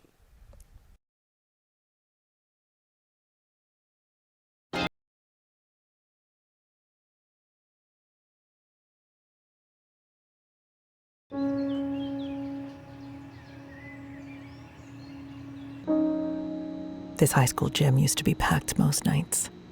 Not anymore. Do you know why? Because bad behavior by fans, especially adults, has caused a shortage of game officials across the country. You see, without officials, we can't have sports. Don't let this become reality. It's time for a change. Let's bench bad behavior for good.